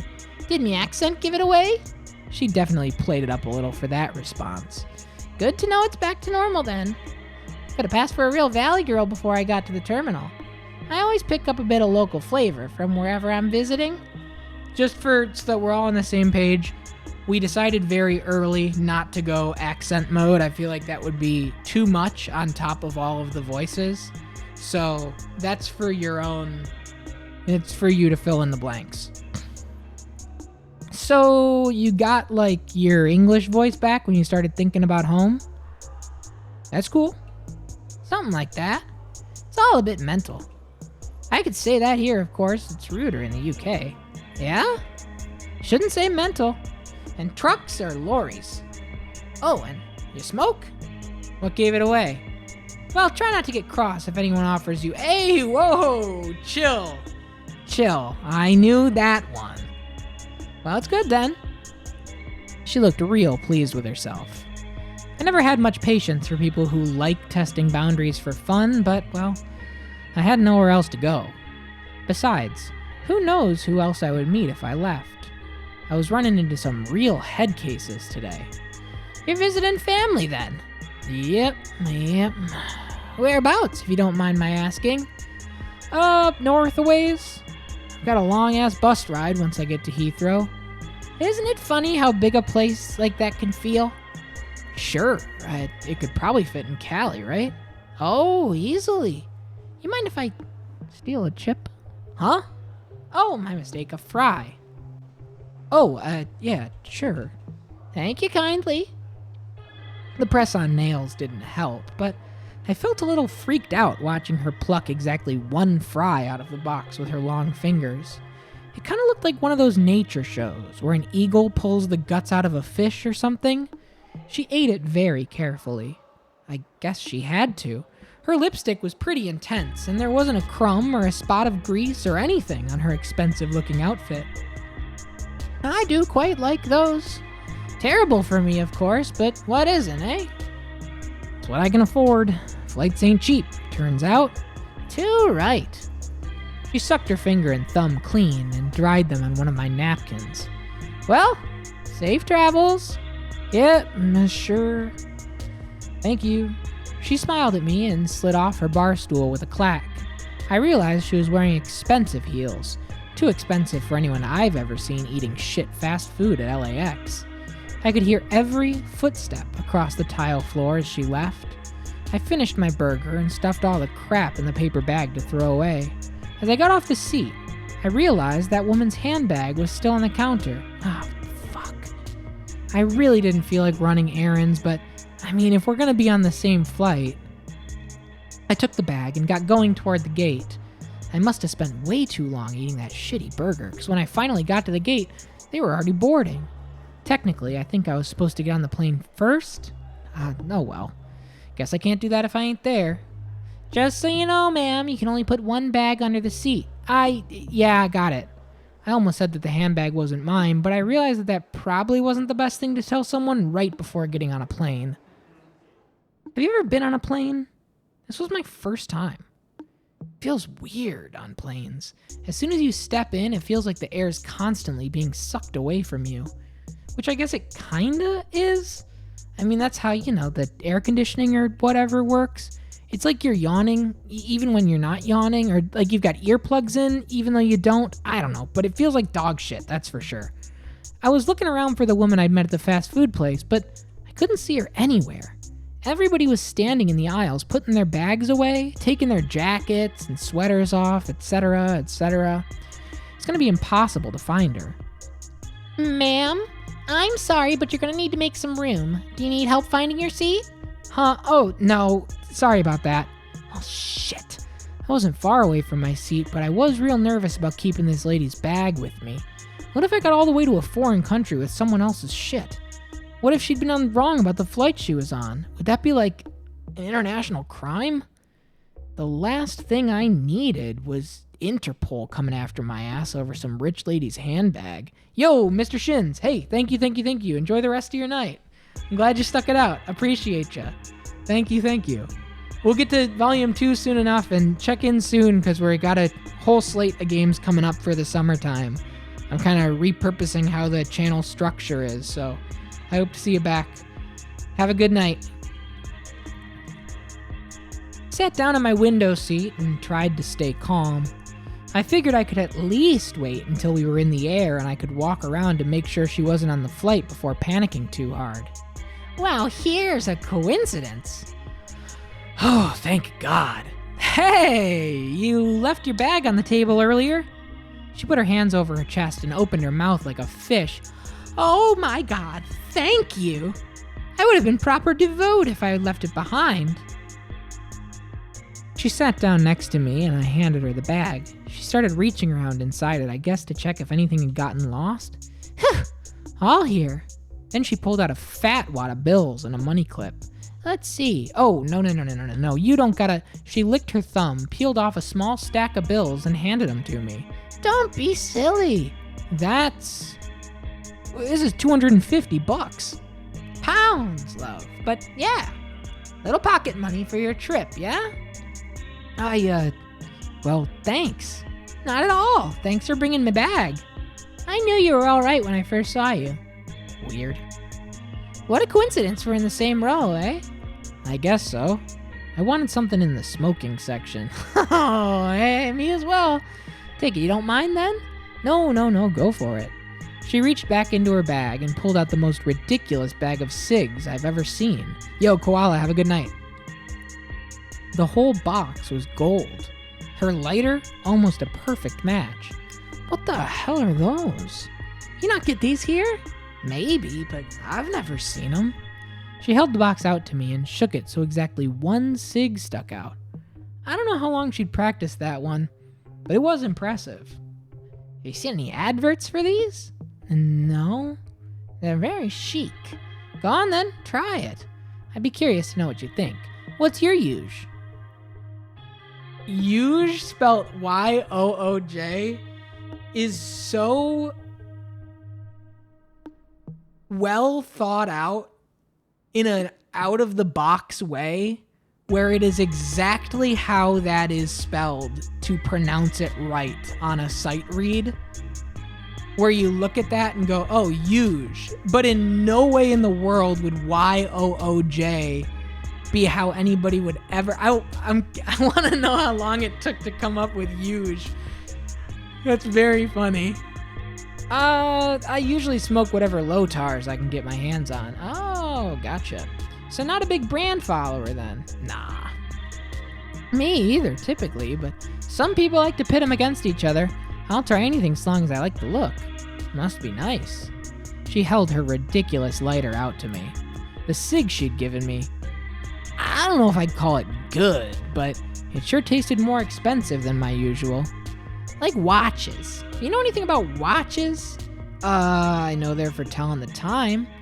I held up my wrist to show her my cheap digital watch. She exhaled smoke, but didn't respond. Sort of. I mean, they are, but they aren't. You know what I mean? They're jewelry, really. You should get a nicer one. They're way too expensive. My dad has one from like some spy movie that he liked as a kid.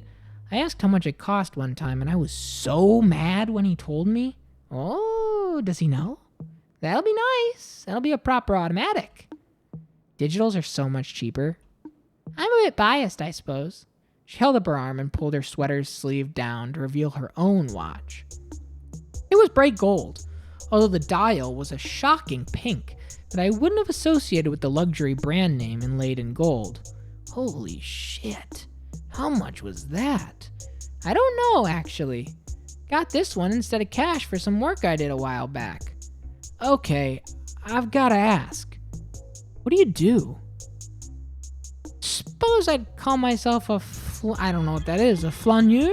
If anything, a passant if we're being grammatically correct. So you're professionally French? She laughed. She leaned back in her seat and flicked up the little ashtray in the armrest so she could ash her cigarette. Technically, I'm in publishing. A bit of a location scout, I think is the best way to describe it. I take special assignments. I travel a lot and enjoy people watching. I had no idea publishers could afford that kind of lifestyle. Oh, there's loads of people out there buying books to not read, love. I laughed. Fair enough. So what have you actually read? I'd be curious to know if you'd seen any of mine. Like I've skimmed Capital, haven't we all? Like Chomsky? Any fiction? I don't have time for fiction. Oh, that stings.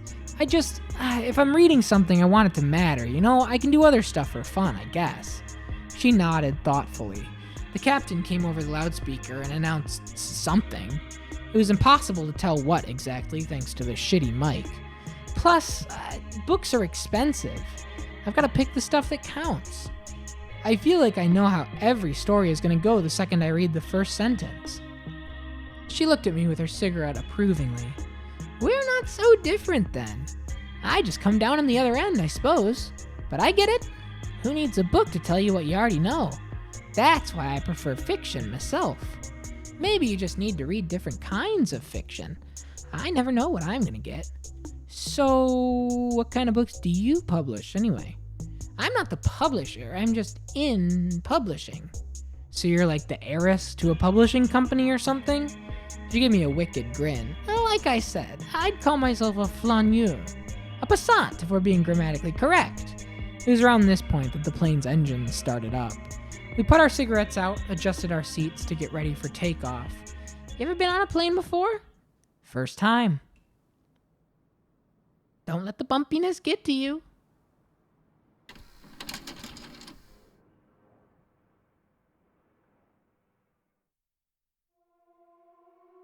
Whoa, dude. All right. Where was I? This one.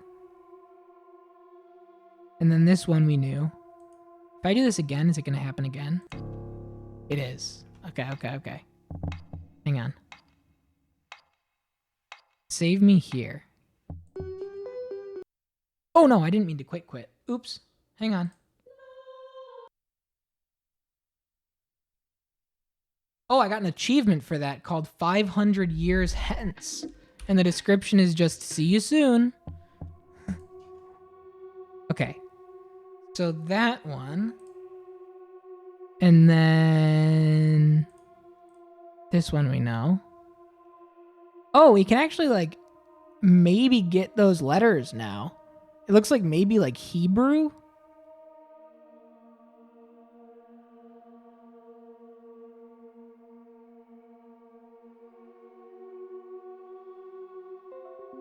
Hang on.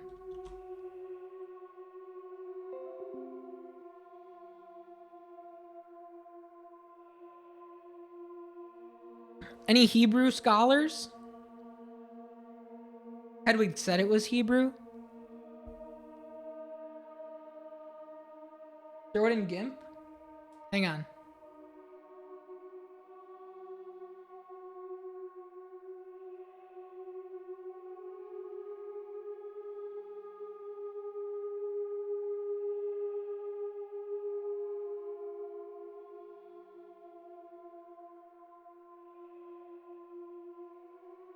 Orim? O-R-I-M? That's what I'm getting. Let's do some research.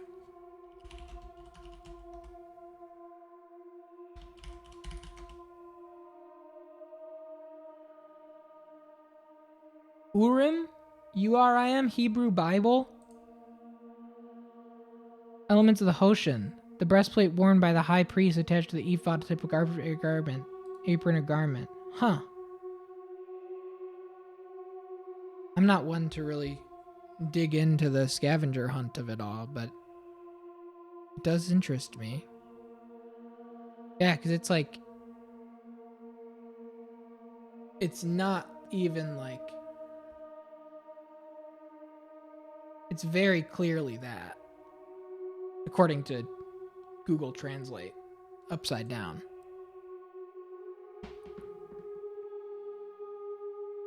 So it's when the sword is laying this way, it says it.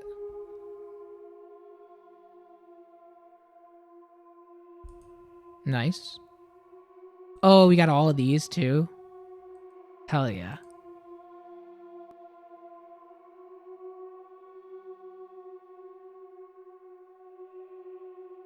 I like this shot a lot. Yeah, that's the yellow one. I wonder why that comes up yellow. That's crazy looking.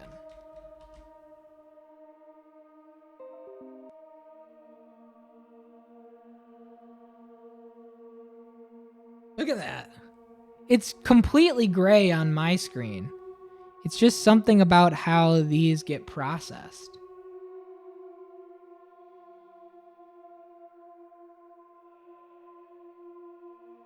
Crazy.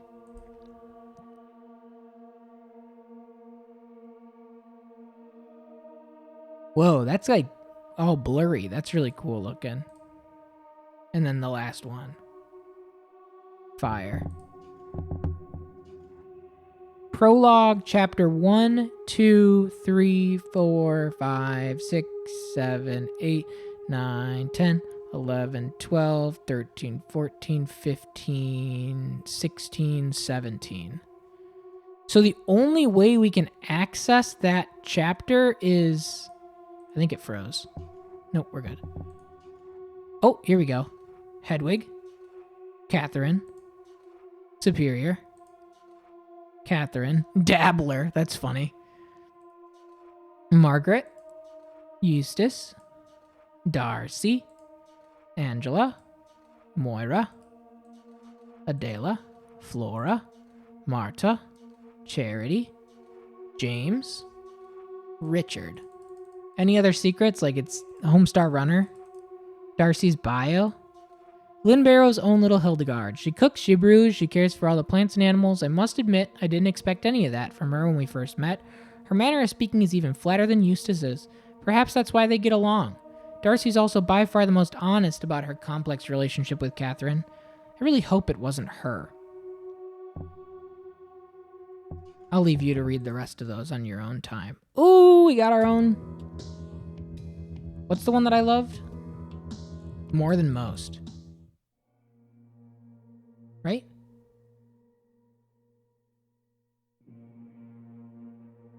Yeah, I got to the same Wikipedia page.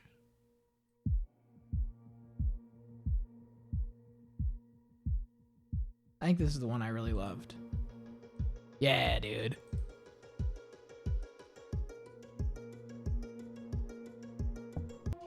All right. This genuinely jump scared me. This is so incredibly clever. You're looking through all of these gallery shots and then really cool to put a fake picture in because you would hang out on it for a while, right? Because you're thinking about like, oh, when did this happen? And so when you click away, just so that you know, it's like click, click, and it takes a second for it to click in. So you think like, oh, did my game freeze? But no, it just gets hijacked by this new character. Really awesome. I do now have 100% achievements. When I accidentally quit the game instead of just going back to the main menu and went to go reboot it, I do have 100%. It looks like 41.5% of people finished Volume 1. 35.8% found the gallery chapter. So like 6% of people that... Well, I guess you would need to know what is 35... I can do that math really fast. Hang on.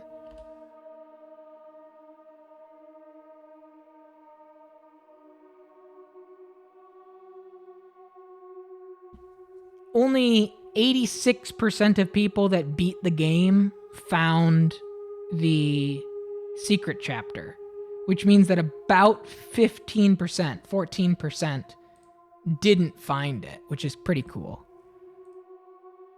Oh, hi, Darcy. Really, really good. Thank you, everybody. Yeah, higher than I'd imagine, too. Yeah, really crazy. I am glad that enough people went picking through. Yeah, absolutely. Thank you, everybody. Misericorde Volume 1. I'm glad that I went picking through. Am I going to ask about it? Probably not, given the structure of the interview. Maybe, like, off the record. But I definitely wouldn't want a spoiler question in the interview. You know? I think that's basically, like, where I would draw the line on that. But thank you, everybody. Thank you for hanging out tonight. Thank you for being here for the finale of Misericorde. I mean, what a game. What a game. I got to save right here, too, at the breaking off point for this extra chapter. Really astounding. Really, really good. I know, astounding. I don't know why it's on my mind. I said it about Xenogears, too, but I'd honestly say both of them. It's something you can't really talk about the mechanics of, and I don't really want to talk about the story of. I feel so personal with the story that I loved presenting it, but, you don't walk off stage after putting on a show and then talk about the show. You kind of just, say bye at the cast door or whatever. And we can't even comment because we need the other acts. The gallery thing was incredible. What a catch right there at the end. Misericorde Volume 1 in the books. Volume 2 coming soon. I think I definitely want to get to it before the year is out. Now that I'm in a season structure, I can be a little bit more personal about my selection process and how I move through it all.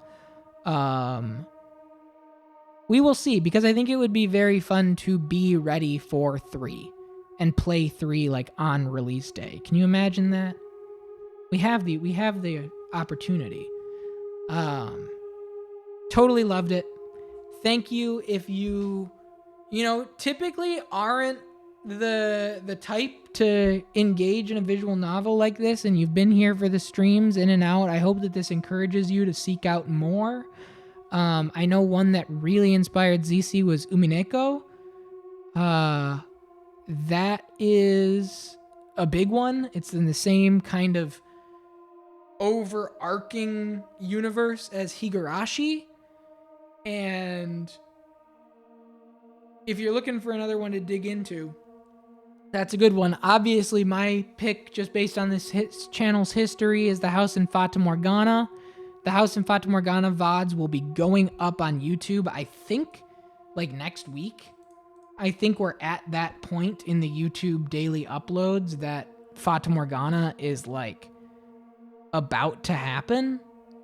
Let me check. Let me make sure.